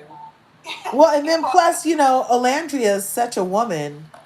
She's such a woman, like he might have felt funny calling her a girlfriend. He might have felt like he needed to use something a little more elevated, Yeah. I saw that, You guys seen this? Let me see. Here, let me make you do Glamour magazine. Okay. I just wanted to be sure. Well, are you on Instagram? Olandria Nic. Yeah, I'm on Instagram. Because if Yeah. Did you see the Yeah, video? video, he proposed to her. Can you show the That's so video of him messy. kissing her feet? This guy is kissing her feet. I showed that one. Oh, Yeah, but I they showed saying that that one. this is basically reheating Nick and Olandria, like when they was in New York and they was walking up to Alexander Wang fashion show, and then him kissing her foot is from the heart rate challenge. Yeah. That's so Like, messy. I love they it. said Olandria's Nic Here, I'm gonna show you guys on gonna YouTube. spark Let me get chaos to it. among Love Island fans. I love this campaign already. I can't wait to see what they have cooked up for us for I real. love it. Here it It's is. so messy. And then One Yeah. big thing for the haters. I love it. I'm ready to fight. Here, I'm gonna show you guys on YouTube what we're talking about. That's Olandria, and that's the guy that. This is Olandria, and this is the guy that's in the Alexander Wang photo shoot that she did yesterday, and that's the same outfit that she has on. But watch, he's gonna do this shoe proposal, and put the shoe on her, and then kiss her foot. Watch, it's giving very heart rate challenge. Watch. And what's so funny is there were people in the comments for real like, oh my gosh, she left Nick. I know. I was thinking that they broke up. Oh, For me though, I wanted to comment back and be like, I thought y'all said wasn't that cute? her for a blonde, but she left Nick for another. But it's You would think common sense. You would think common sense is common, but apparently common sense is not common. It was like y'all don't think this is PR, but y'all think Nick and Olandria is PR. That is what is funny. It won't let me change the background. Sorry. Man, if I was Pierre, I would be crying right now on live. I'm just saying. I get why the girl is mad. I would do it in silence, but I get it. No, I would have done worse than Sierra. I'm punching the air. I would have done worse. I kind of feel like you might have. No, ladies. I kind of feel like all of the people up here might have distributed their boxes with more care than what Sierra did. And I'm positive you probably wouldn't even found yourself in the position that Sierra was in from throwing that cat around. Yeah, I would not throw that cat. I'm sorry. That's her fault. If I felt like my box was gonna hold down a man and it didn't, I'd be punching the air. I don't care how stuck we are. Like, aren't they shy of the camera? And not even that, you can tell that Nick really does regret the sex content. Yes, he did. He regretted it twice. He Like, don't every like time it to, happens. anytime somebody say brings that. that up, you can tell that he not like that He conversation. said sex made it more complicated. Like, I'm sorry, I wasn't here when y'all was having a conversation of the lineup of the behind the villa. But when I tell you I'm not watching that piece of garbage, I'm not watching that shit. I'm not watching that shit. And I'm over here thinking like they're gonna have Serena and Cordell and them all on this season also. So are they wiping them clean and then bringing on these Love Islanders? What I'm thinking that they're gonna do each season going forward, they're just gonna do like a year follow Season up for this season. Oh my Well, god. I think if the season is popular, they probably gonna do it. If Maybe. the people are popular. I thought they should have combined it. That would have been more entertaining. Yes. Like the OG, like, you know, showing them the way or something. You know, Yes. that And would have even though I'm not the biggest fan of Shelly and Ace, at least have them. Like, them niggas ain't really doing much right now, but them, I'm like, at least do them. Like, y'all don't have nobody in that lineup. They do not want to be in there. They You know Alan is pissed. You know Alan's upset. I know. Alan burnt the bridge to Peacock. But Alan did like, it. they don't have a single person that I'm on there, and I'm like, oh yeah, I'm actually intrigued. Like, why is Grace in there? Coco really shocked me to even be up there. I'm not gonna lie to you. Coco being up there actually shocked me. Hannah, she's alright. She's kind of like. Yeah, I get why they put Hannah, but like Coco and Grayson? I mean, Coco didn't really get a chance. I don't like the girl because she seems. Yeah, but it's not about a chance. Like Because you they said, we do don't that like with the the other girl. season. I mean, don't you guys want to see what she has to offer? Though she's No, still a beautiful black woman. no. Also, She made it clear. She made it clear. She She was was like, weird. oh, the lighting look better for other Listen, people with I'm different talking skin for tones. Coco. Oh, what? No, Even Coco made it Venom was weird. like, yo, chill, girl, It was chill. weird. Listen, I get. Trust me, I'm not on Coco. However, what I'm saying is. Yeah, Alan burned that bridge. I've been able to see Clark and see her for who she is. See Shirley Alan who she burned is. that I would like to bridge. see more of Coco to get to know. Lace Boo Boo did it. I Yep. get what you're saying. I get what you're saying, feel like if anybody, like, because you're trying to mention Yeah, she's about her taken. skin tone, I feel like if See, you would Era have, could the reason never. why I originally mentioned that is because of the sole fact of the fact that she went on the internet and she said something about another black dark-skinned woman and insinuated things about her instead of You're right. You guys are right. You guys are right. I think my thing girl. is like And that's what irritates me about her. I want to see a different side to her. You know what I mean? But I think I genuinely feel like she does have a personality and stuff like that. But I feel like she don't have enough fans to bring ratings to the show. So when her part comes on, no one's gonna tune in. Like if you're the thing is, I would have understood if people remotely liked you even a little bit when you were on the show, but nobody liked the girl. They just thought that she was funny. We gotta remember how the last season of Beyond the Villa, who was there? Aaron, who was fans of him? Kendall, who was fans of him? No. Aaron had fans. Aaron had fans. Aaron had fans. People like him. No, hold on. It's not even about fans. It's the fact that he was there the whole entire season. He was entertaining. Yeah, they liked him. He had a little slick comment. Yeah. She was there for what? 3-4 episodes?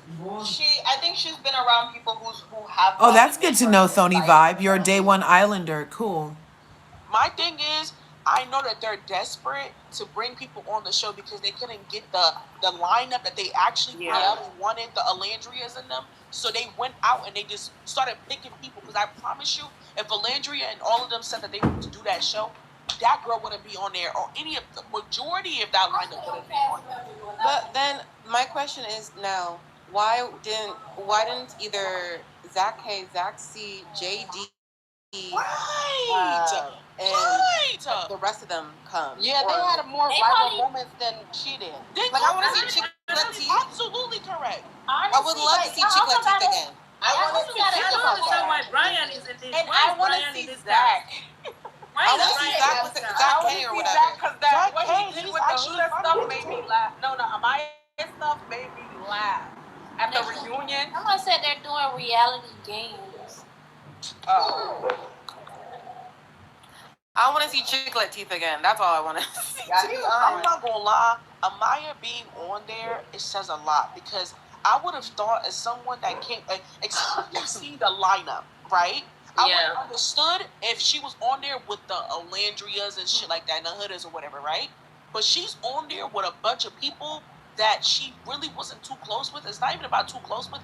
It's like she's not. Those weren't really her friends. Like everybody on that lineup is just like wannabes. I would say People don't like her. I'm sorry. But one thing we haven't mentioned though, Huda's not there.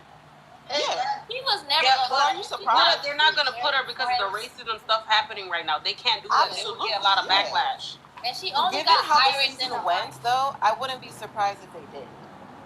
Oh, right. I can't really knowing them. No, but Iris is Amaya friend. They went to Miami together. But like, they're only friends. Oh. I don't know what conversation Iris and Amaya can have. Bro, this shit gonna be so boring, bro. They probably could bond over their men cheating on them. Oh my god. The comments are taking me off. People are like, please keep it, we don't want it. So the non-factors, the actual all the non-factors are not the main characters. We don't want it. The comments are killing me for real. I'm not gonna watch it. It's gonna be boring though. Let's be honest. It's gonna be boring. I'm gonna look at if Huda shows up on a TV screen on a show. I'm gonna look at. I don't know what to say. You're supposed to be going up on a UK TV show. No, I will be disappointed. She's in Netflix. Remember Netflix? Netflix said they don't know that girl. Netflix said don't add them. Netflix said they don't know that girl. They made it clear. I saw a post that said that she was coming out with like music or something. She came out with music. She's coming out with some type of. She came out with it already. It's called Crash Out. Do you know how many musicians it came we out have already? in America? Yeah. I didn't hear any. It came out already. It's called Crash Out. You're lying. Crash Out, yeah. Dead ass. No, What about Crash Out? that's the title, Crash Out. You guys are lying. Let me Google guys real need quick. to I'll find it. Right, please. Wait, y'all dead ass? Yeah, 100%. Hey, for real? I didn't know it came out, but I knew it was coming out with music. The comments are saying it came out. It's called Yo, you guys are lying. I gotta No, look 100% y'all it lying. is. 100%. I'll find it. Hold on. Her voice is nice, but it's like missing something. I don't know what it is. She got a beautiful voice, but it's like it's not original to me. I don't know. I mean, that's expected. She's a theater girl. She knows how to put on tears. Material girl. Damn theatrical. But it doesn't. It's like missing something. Like it's. I don't know what it is. Soul. It's missing her brain. The authenticity. There is no like, depth. you know where everybody have their own voice? Like, it's not unique. Like, it's like, she could just sing. She's gonna have to bite off of somebody's look or something like that. Yeah, that's what I think that too. She gotta have a look. And I don't know, her hair is always boring. I don't know how to explain it. Okay, beautiful. Her personality isn't helping her, though. It's beautiful. Huda is beautiful. Yeah, but no one's look ugly to me. Huh? She's starting to look ugly to me. But I feel like she has that look where like it's not special. Like it's very generic. Like it's it's not even hers. It's like, okay, you're a beautiful girl. Like you're beautiful, but it's like there's only so much a beautiful person, a beautiful face can do. Like AKA Adrena, love the girl.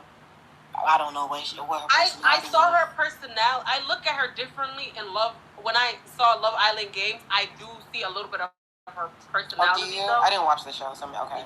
Yeah, so her personality, I feel like she has, when she talks to the girls, you see her personality more. But the guys only see her as a beautiful face, and she don't really get to know them. They're like, you're beautiful. Okay, kiss, that's it. But when she talks to the girls, like, when she talks to the girls, it's like, you see her quirky side. She's nerdy, funny. She's very nerdy. Yeah, she's nerdy, like funny. I don't know. And then I liked when she did that bikini, like, I gotta pop off, I'm hot. Like, I like that. I like the revenge bikini, was cute. Bro, this show is about to be so whitewashed, bro. Because all of them somehow, if they're not white, they act like some, like, I hate how that shit is not them, bro. Because even Taylor and Clark, bro, they all that country shit and shit like that. Like, already, they like, bro, this shit gonna be so There's boring. black cowboys out there.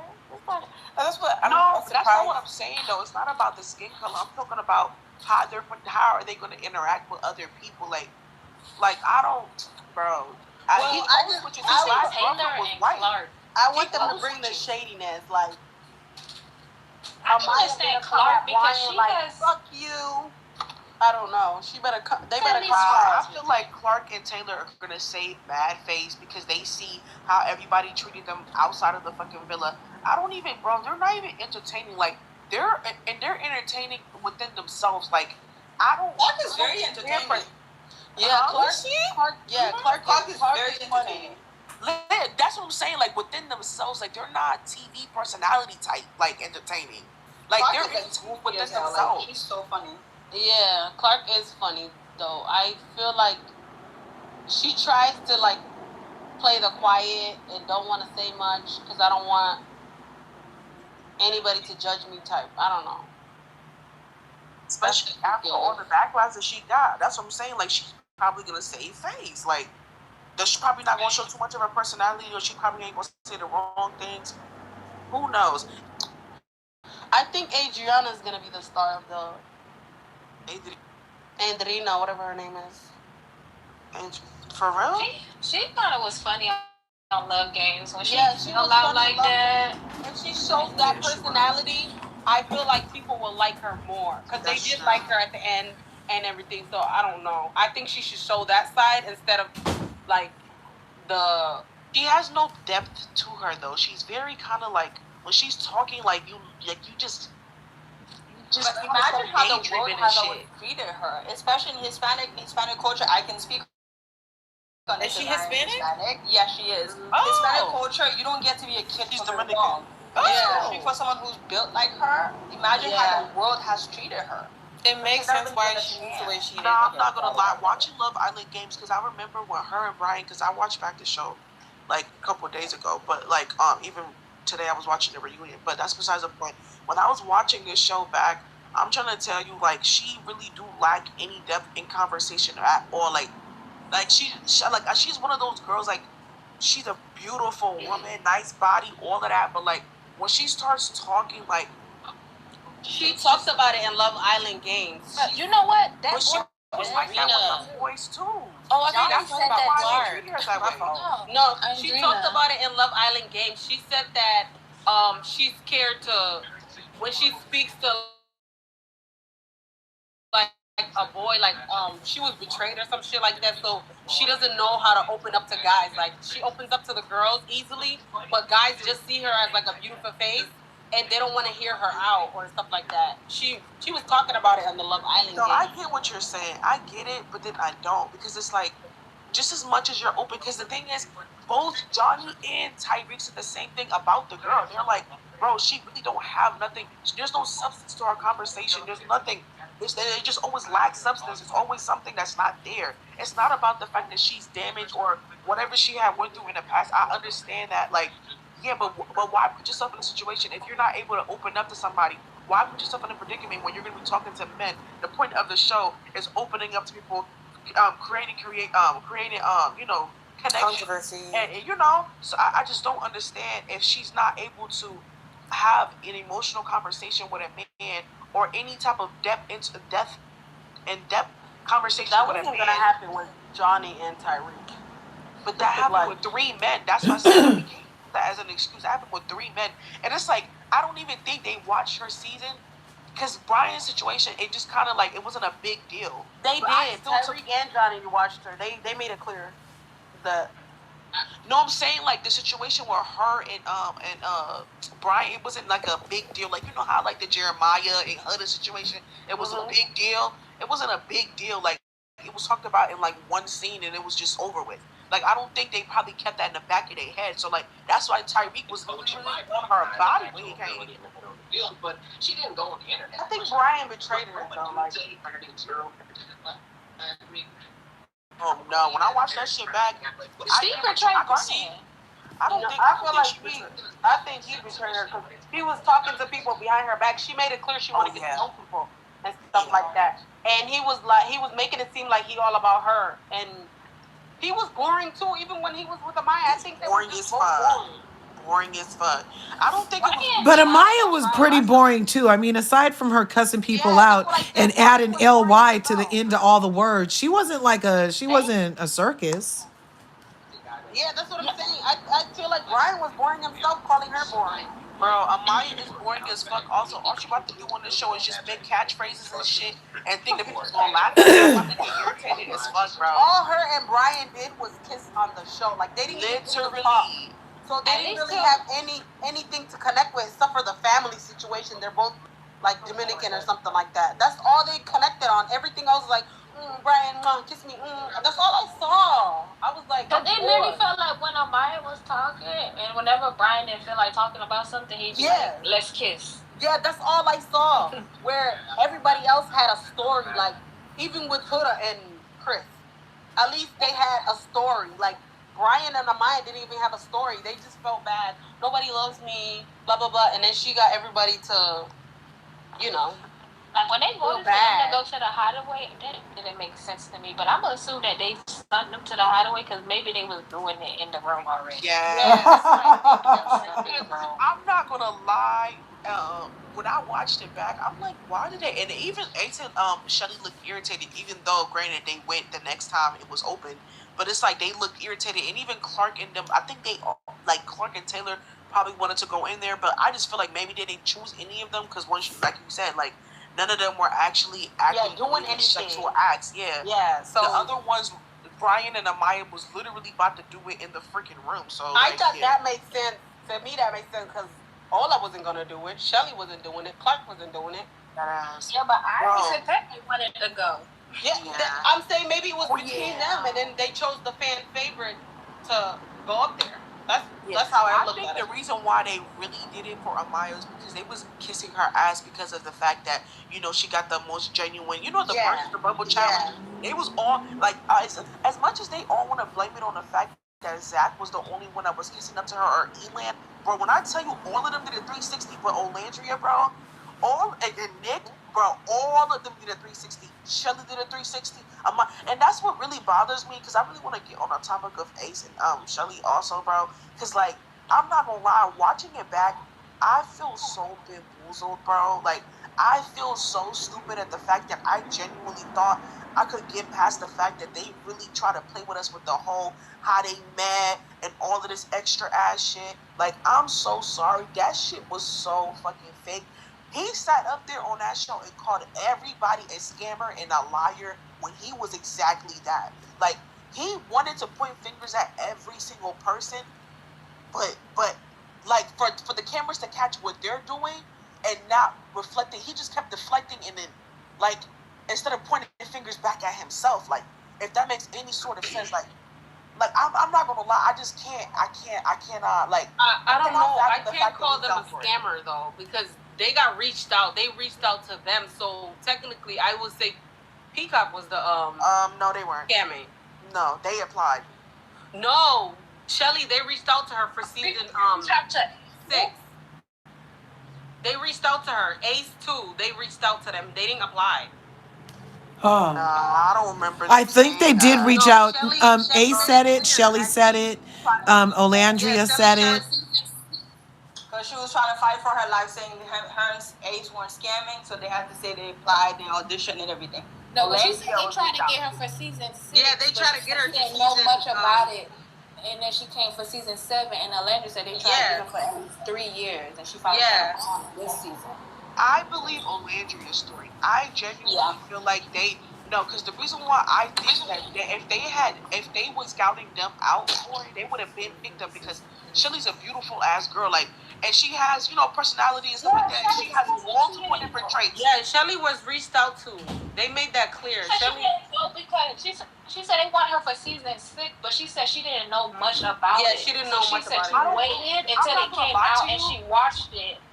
I'm not gonna lie to you. She said, "Okay, I can get with it." The reason why I don't believe that is because like Shelly she's been trying to get in this like industry for a long time. Like, and everybody knew about Love Island, bro. I don't care if it was season 5 or season 6. Shelly already talked about. She said that she's watching. When I watch the show back, she's mentioned how she watched the other season. So what I'm saying is, she said that though. She already made it clear. Like she's been watching Love Island. I don't think it was just like, I honestly don't think her first season was season 6. No, she said it was season 6. I remember very vividly her saying she had to audition. They did not reach out. That's to what her. I'm saying. Thank you. She did not audition. She did not. She did not get reached that out to clarify that she and Ace didn't scam their way in the show. Thank you. That's what I'm saying. I just watched the reunion like literally 2 hours ago. Like, I'm not kidding you. I don't know. In the Kiki Palmer interview, she said that they reached out to her. And that's they always reach out to people through to tell them all the interested, but you have to audition. Olandria is the one who didn't have to audition. Shelly had to. Exactly. But that's the thing, though. It's like I get it. I get that you did hear her saying that. If she did say that, but because I don't remember. Like, you might be right about her saying it, but like, I'm not gonna lie. Both Shelly and Ace is pathological liars. Like, I feel like they reached out to 2 dark-skinned women. Like, I feel like the dark-skinned women, they needed to reach out to them. That's what I do feel like, because they don't be having, Love Island. It gives me racist, so I don't know. Oh, absolutely. So I do think that they did reach out to them, because everybody else, the Casa girls, they all said they had to audition. They were waiting, blah blah. She didn't have to do all that. So they already lined up to me when they were talking. So I don't know. She didn't want to be a bombshell, like she had to be an OG. That was Huda that said that. No, Shelly said it. I don't know if it was a Kiki Palmer. Probably, she let me know, and she was like, "I'm not gonna come in as a bombshell." I thought Huda said. I heard Huda saying that, because Huda said she had to audition. No, Olandria said that. She said, "I'm definitely not coming in as a bombshell. I give main character energy, and that's what I'm coming in as. If I'm not coming in as anything else, I'm not coming in as a bombshell." Because she already knows the reputation as a bombshell. It doesn't, like, it has so much controversy to it, and being a Casa girl also. But that wasn't even. But she doesn't even give like Casa girl. Like, it wouldn't make sense. Their energy. don't give that. Like, Yeah. Huda, I do get like it's, girl, you have to be willing to go up to a guy and have to really put game. With even like Clark, it didn't make sense to me. Amaya didn't make sense to me because she didn't take anybody. Like, it was like they didn't give confident. Like, he was the third choice to every single boy. Like, to the point where she won with somebody that was her. Yeah, even Austin, she had to steal a kiss. Like, she had to secure it. Like, kiss him before recoupling. I feel like they didn't have confidence. The Casa girls, they didn't have confidence this year. Like, they didn't come in like, oh, I'm gonna take your man. Coco did though. Coco did. She didn't do much though. She was a girl. Very boring. What's her name? The one who ended up sleeping with Rob. She came and did what she had to do. Like, those guys, that makes sense. Yeah, that makes sense. Andrea, yeah. Andrea did that. Yeah, they make sense because they are a little more. I'm not gonna say aggressive. And the other girl, the sneaky one in season 6, I forgot her name. Who, Drea? Was Andrea sneaky? No, I don't know. The one that she be with. What's her name right now? She be with Kayla. The one with KK. KK, the one that I don't know her name, but I have seen that blonde girl with her. No. Yeah, I don't know her name. She did that because she was playing Rob and the other girl. She came with the energy, like Daniela, right? I don't know her name. I think so. That's the name. It start with a D. Yeah, Daniela. Yeah. Oh, Daniela. I don't know.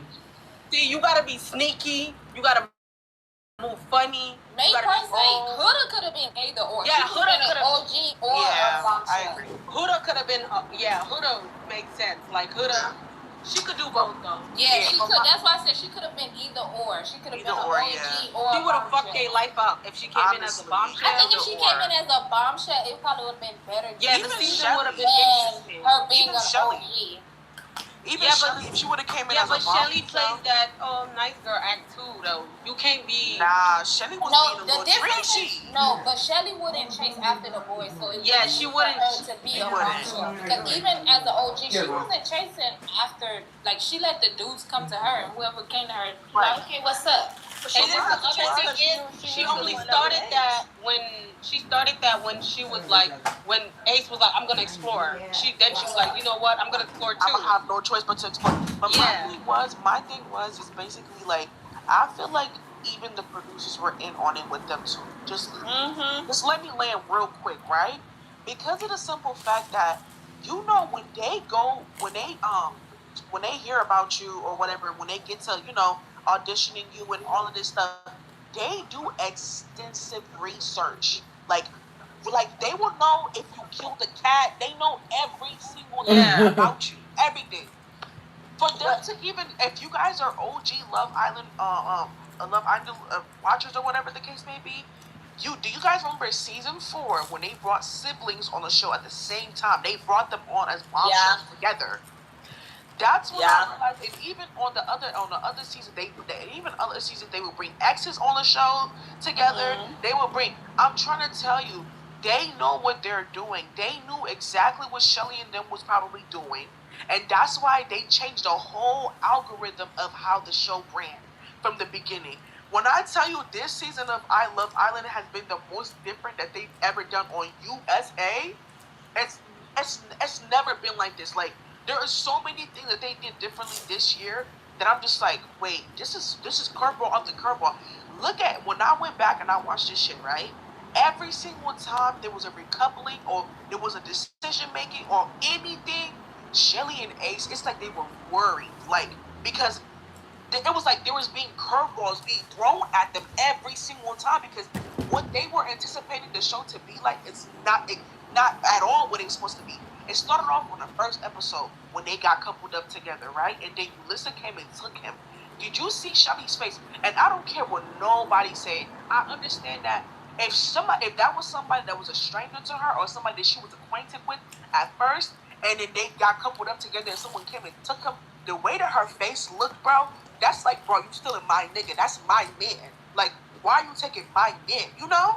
That's what it gave to me. It didn't give, oh yeah, like maybe that's she somebody I felt know, close like to him because you know she know him and shit. No, you know what else I think was wrong with this season? Is that everybody, as soon as they coupled up with whoever they coupled up, nobody took the effort to talk to other people. It was like, okay, I'm coupled Yeah. with you, cool. Yeah, I felt like it was like an Other experiment. seasons, yeah, like they just was like, okay, I'm with Taylor, I'm with Austin, even though you knew that Shelly, the only people who was really exploring other people in the beginning was Ace and Shelly. Everybody else was just being content in their couple. But you know the thing is, that's how Love Island is when you started off, right? And it's not like everybody was some people have different experiences, right? Everybody don't go to their couples and they stick in that couple. They explore, and you can't even. Oh, you said Ace and Shelly. Don't forget Nick. Nick was exploring everybody. No, but this is what I'm trying to say. Nick only explored somebody else because they immediately brought a bombshell in who liked him. What I'm talking about is like, if you go back to season 6, that dude didn't like Janae. He let Janae know, I'm not really feeling you. I want to talk to Hannah. They allowed, even on the first day, like they'll probably let 2-3 days go by and they be like, okay, you know what? I'm not really feeling our couple. Wait, but the first exact day, and the weeks after that, Nick was trying to explore Olandria, and they've said it multiple times, and even other Islanders have attested to that. Nick was on that. Nick was on that point. It's like I'm not saying that you're forgetting, but like people do tend to forget. Like we don't see a lot of stuff. Like the producers want to run with a certain narrative. Yeah. Because people are even forgetting. Like the reason why Huda did all of that shit to Ace is because Huda was actually attracted and really wanted to get to know Ace, and vice versa. Ace wanted to get to know her too. But like obviously he came in there with motives to try to partner up with Shelly, but shit just kept hitting him every single time. That's why, and this is the reason why before I used to be like, no, Amaya exaggerated it. This is not the third. But when I watched that shit back, it was intentional, right? When it came down to when they got recoupled, right? He could have easily, because he was the next person up to pick who it was. I think it was Amaya, Shelly, and someone else, right? And Iris, right? And out of all of those all of that lineup, he picked Amaya, even knowing that he was partnered up with Shelly before Ulissa took her. Ulissa took him. He still went out of his way to pick Shelly. Pick Amaya. Because they had that conversation though. No, I get that. But and Shelly did not look. She didn't show. She was not worried at all. No, she was just going with the flow. I get that. But my thing is, why would you go ahead within a split second of you getting coupled up with this girl just to tell her, oh, you don't want her to touch you or anything like that? And you know how I know they was scamming, because as soon as you guys remember that open a door thing when they get to choose who they wanted, the girls was choosing or whatever, the boys was choosing, so the girls will be behind the door and they'll open up the door to see who they wanted to couple up with or whatever. You remember that? Yeah. Can I ask a question before we leave this? So why did they explain Shelly and Ace knowing each other, but they never explained everybody else knowing each other? Amaya, Adriana, and everybody else. No, I think they did explain it. I just Jeremiah think they didn't show it. Yeah, but they didn't show us, so why were they? And even when Amaya was angry, she was talking about it, they muted her mic. She was talking about knowing Shelly outside. So I feel like this whole season was weird. Because she know more. Yeah. That's why I was saying this whole season gave me a weird vibe. That's why I don't want to pick a side or Yeah, I get what you're saying. Can I get to my point real quick?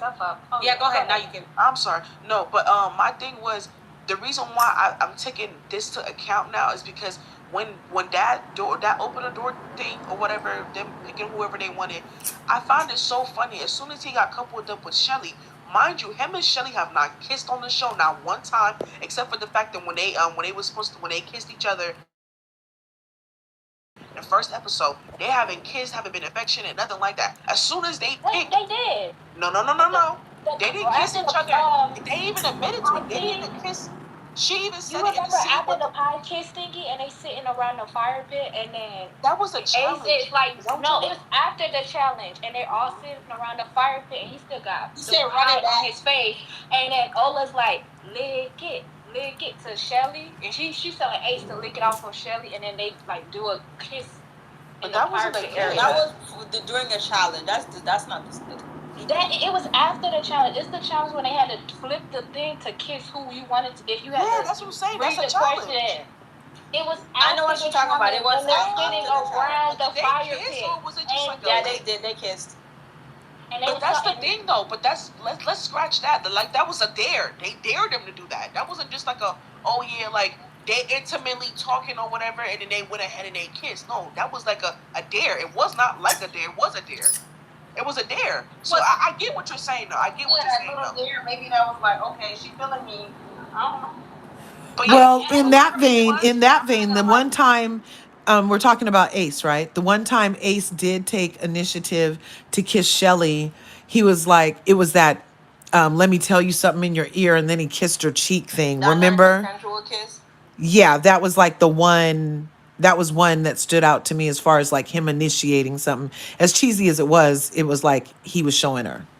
No, but I get all of that, right? But my thing is the fact that when he got coupled up with Amaya, it was automatically I don't want to kiss, I don't want to touch, I don't want to do this, I don't want to do that, right? And at first, when I first watched the show, I was like, yeah, I agree with him. Like she need to learn how to just like always stop being so possessive over people. Like if people want to set their boundaries, like you know, be respectful. Be. But the thing is, let me clarify something. Hold on a second. Let me clarify something. A boundary is not a rule, and I feel like we keep messing that up. Ace was not setting boundaries. Ace was telling you you're not gonna do this. That's not a boundary. That's a rule. No. I get that now. A boundary is I don't like it if you smoke, so I'm not gonna be around you. You don't tell the person don't smoke.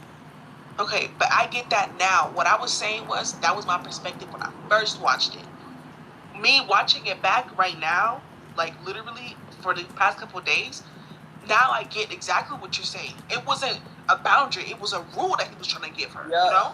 And that's what I'm trying to say. You set all of that up for that girl just for you to get coupled up with Shelly. When Shelly opened up the door, the first reaction was to kiss her on the lips. Not on the cheek, not on nothing. Huh? Yeah, but Amaya don't really know that. Wait, did you say that he knew her before? Like he knew her more. But like that's my he point. met her though. But that's my point. My point is, I feel like they were scamming us. No, I feel like the whole season scammed us. Like they didn't share everybody else's relationship. Like I'm being real. Like they had all a scam. Yeah, I really think that. Like I really feel like we were all scammed. Like they did differently. They did things differently. And then As a first time Islander, I must say that I agree with Sadea. I was told I was going to experience something far different, and what I experienced was very not what I thought, and left me very unfulfilled as a first time Islander. Love Island since the very first UK season. Yes, it was completely me too. different. Yeah, that's what I was Me saying. too. I mean, when I tell you, I was watching it as they were making the rules up for the show. Yeah. And then the other thing that they did is, okay, not Shelly, Ace and Huda already kind of had a following. So, you know, they thought maybe, okay, they were going to bring in views, whatever. I feel like Huda and the way it went, like when everybody tried to send Huda home, it felt weird because they all stood by her. And then he threw her hand like he didn't want her because you didn't want to stand by her, but he said they forced him. Whatever. They told him to stand by her. That wasn't his choice. I really think this season we knew Ace wasn't gonna win because he was a part of the plan. That's what I think. Like, you know, I think Shelly just got thrown in. I think he thought he was gonna be like top 4.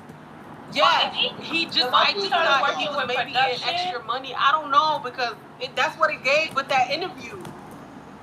Yeah, that's what I think. When you went on Max, that's what it gave. He said that behind the scenes, like when we see stuff, like if we see them mad at each other and we didn't get why, he was like, because when the cameras was off, there was other things going on. Yeah. There's conversations that probably don't make sense to you it's guys. It's not off the camera though. That's not the thing. It's never off the camera because the girls are always with the girls and they separate them. They quarantine when they're not on the show, when they're not filming. Well, how he made it sound like they like no, he gave what he's like, talking about. No, what he's probably like talking about is the fact that when they are secluding certain things, they probably don't include those clips, and we don't see those things. That's not the same thing as saying like. He said like on off days, he said behind the scenes when the cameras are off, he's like there are times where we have things going on, and then when I know that cameras they come say that on, they make them he rehash was like, stuff on well, camera. That's no, audio. he said no on Max stream. He made it seem like they do be able to talk to each other. Oh, I don't watch your shit. Yeah, talking to each other. Oh, I didn't see Yeah. He said he made it seem like when they're off camera and they get to relax, they get to interact with each other. So they might get into an argument. That's the thing, though. That's a lie. Because Another anybody thing- that knows the behind the scenes of Love Island, they know that the boys stay with the boys and the girls stay with the girls when they're on their off days. They don't. That's another thing. I kid you not. That's literally what he said on Max stream, and he was like, "That's what's one thing we learned about Ace so far? He's a pathological liar. Thank you. Is that true? Somebody on YouTube. Somebody on YouTube is saying that they fired all the black producers from Love Island before the season. Can anybody confirm that? Or what's the source? Like, Yeah, the black producers. But this season they barely had any black people. When they took that cast, yeah, it was like it was a whole bunch of white people. Wait, what are you guys talking about? The cast of this season? No, I'm the talking about the producers. production. It was literally like 2 black producers, and everyone else was white. Wait, y'all be seeing the producers? are you guys done? I'm sorry. Are my And they be commenting on TikTok, like about Love Island. The producers be commenting on there too. are you guys defending Ace? Let me be clear. Are you guys defending Ace? No, okay, what I'm saying is, I feel like Huda and Ace, I feel like they had a lot to do with production. Yes, I believe I do feel that way because they both had a bigger following. Yep. And then another thing is they never explain how Huda and Ace know each other because everybody has a connection. That's what they said, and they never explained that except for Ace and Shelly's stuff.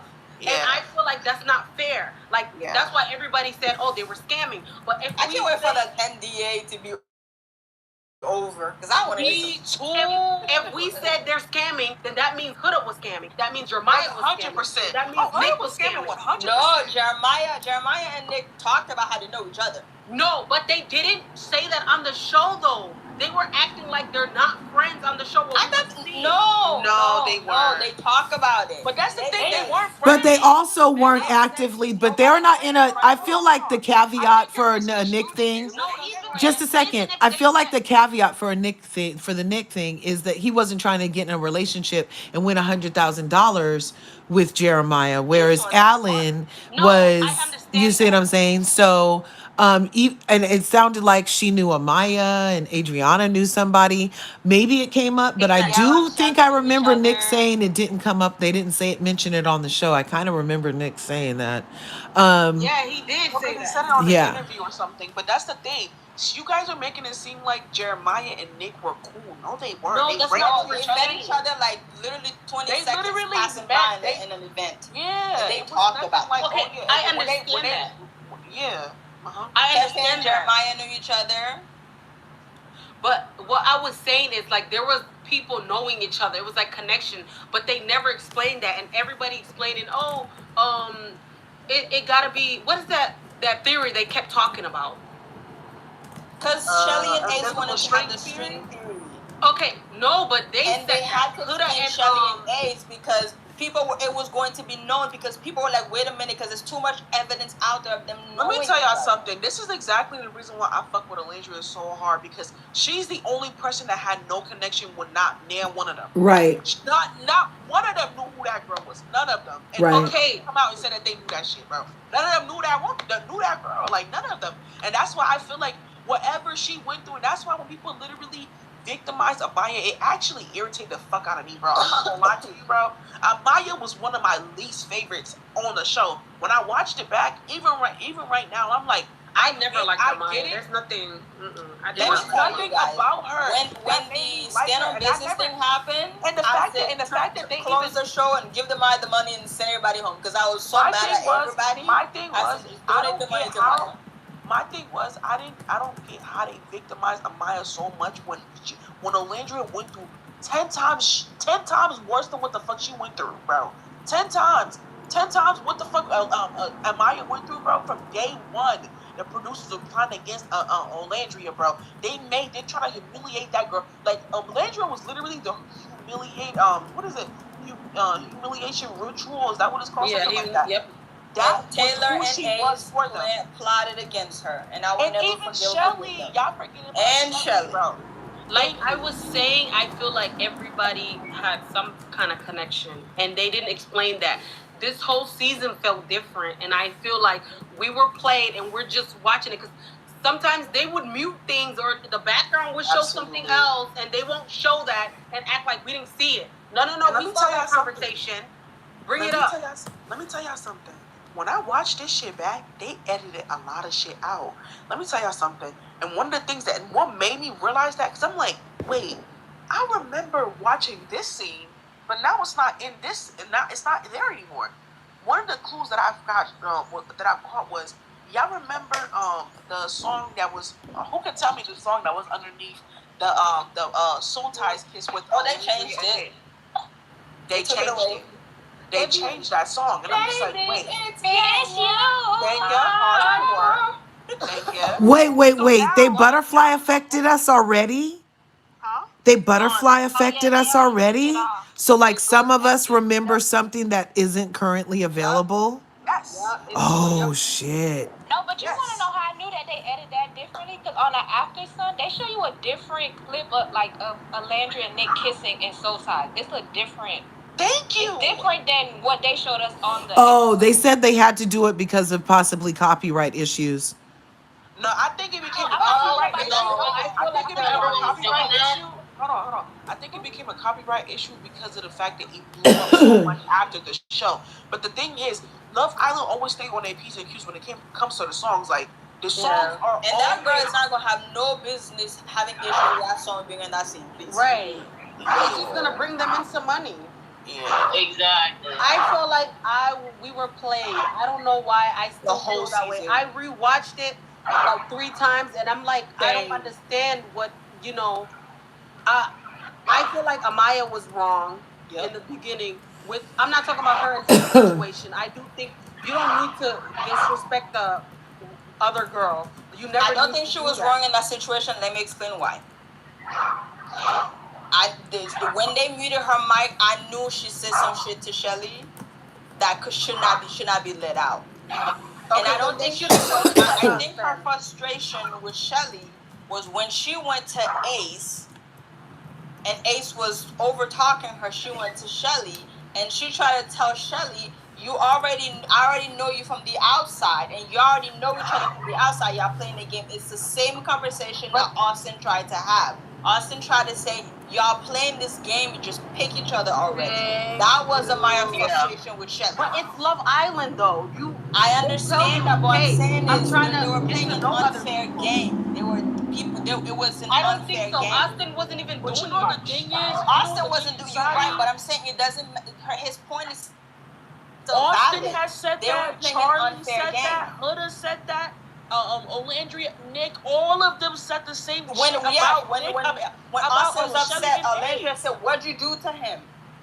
Oh, Nick just said he's going to an event tonight. Let me see. Austin was not playing a good game at all. Like I get that Austin is Austin was on vacation.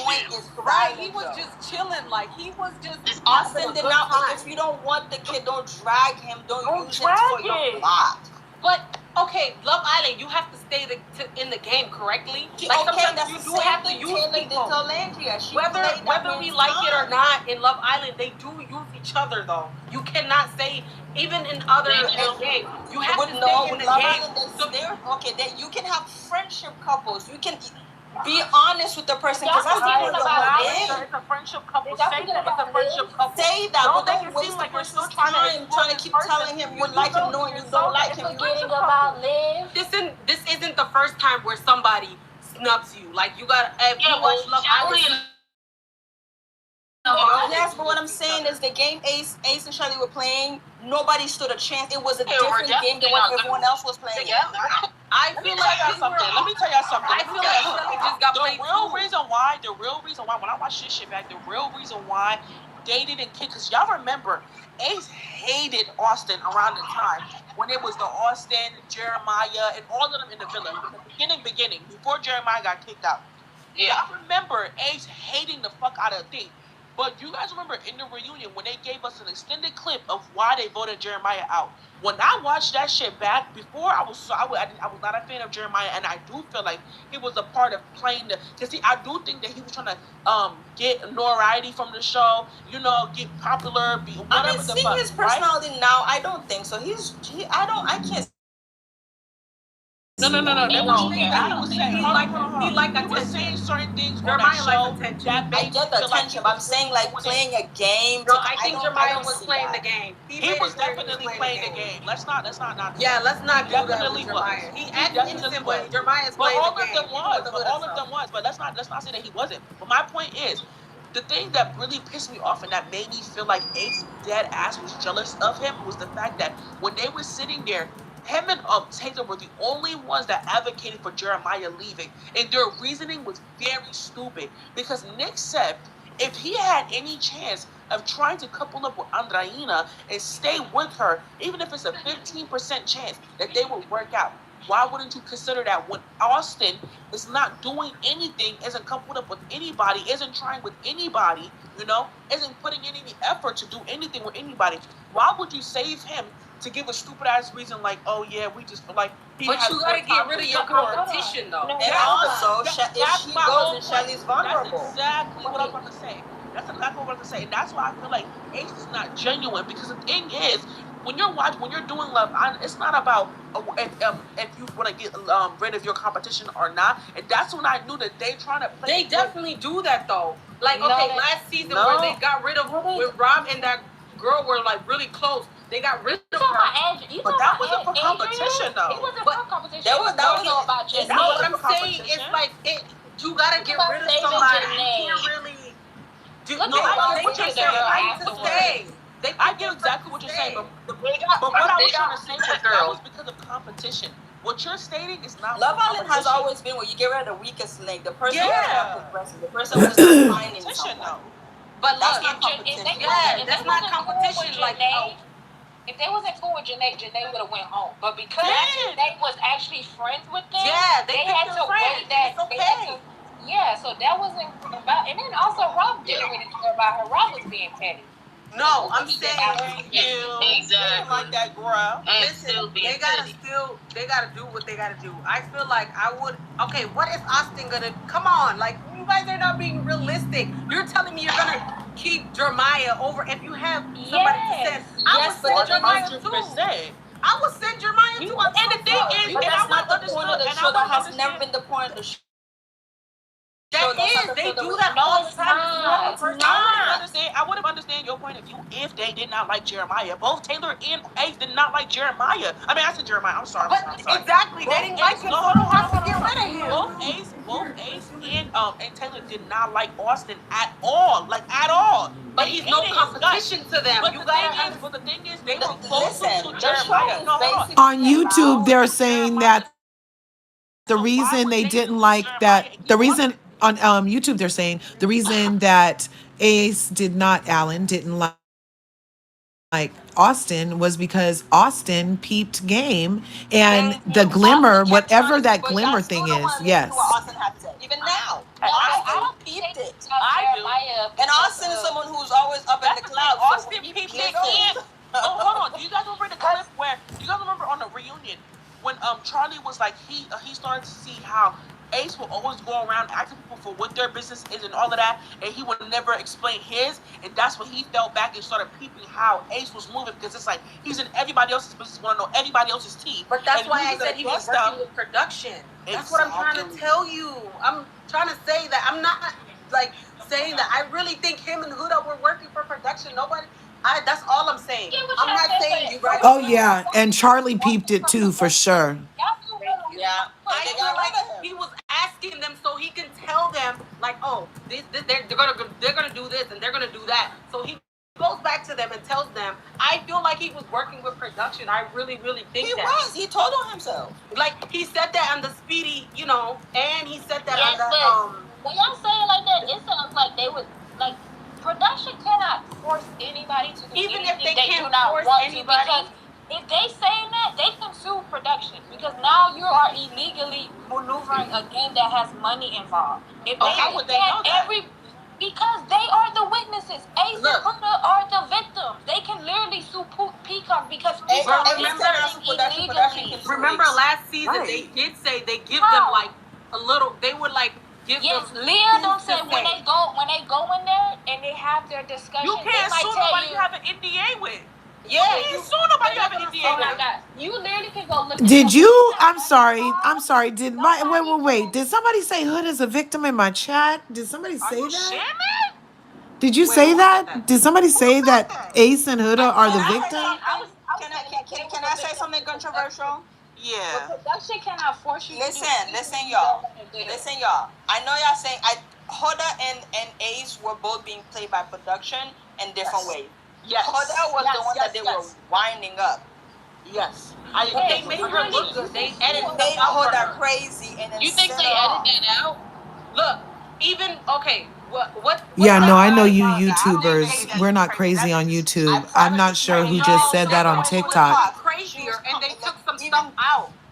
They edit out. Did you not hear? Hold on. Did you guys not remember? If y'all pay attention to the way Huda behaved, listen. Hold on. Do you guys remember Sierra stating that? Oh yeah, she was storming towards Iris like she was gonna do something. Yeah. Iris.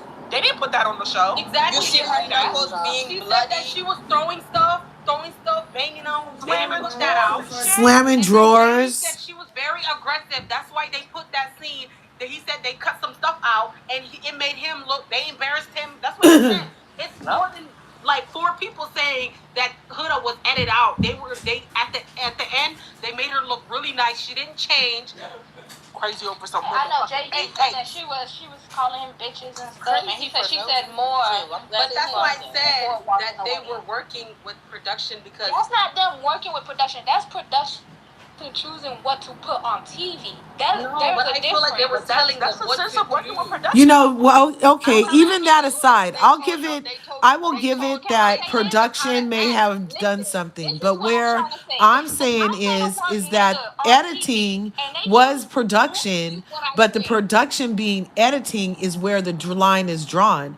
The participation that we saw, the energy that we literally felt from Alan hating on Jeremiah was a real thing, ma'am. And that was not production, didn't play into anything. Now, edited here or there, like a black swimsuit when you were just in a red swimsuit talking to me, and now you're glaring at me in a black swimsuit. That's an obvious edit thing. I also feel like some of the editing they did leave on the cutting room floor that would have left a lot of context for it, but in no way am I prepared to offer this particular space as a remedy situation for Huda's abhorrent behavior. And I don't feel like she's a victim in any way because everything she did, she chose to do.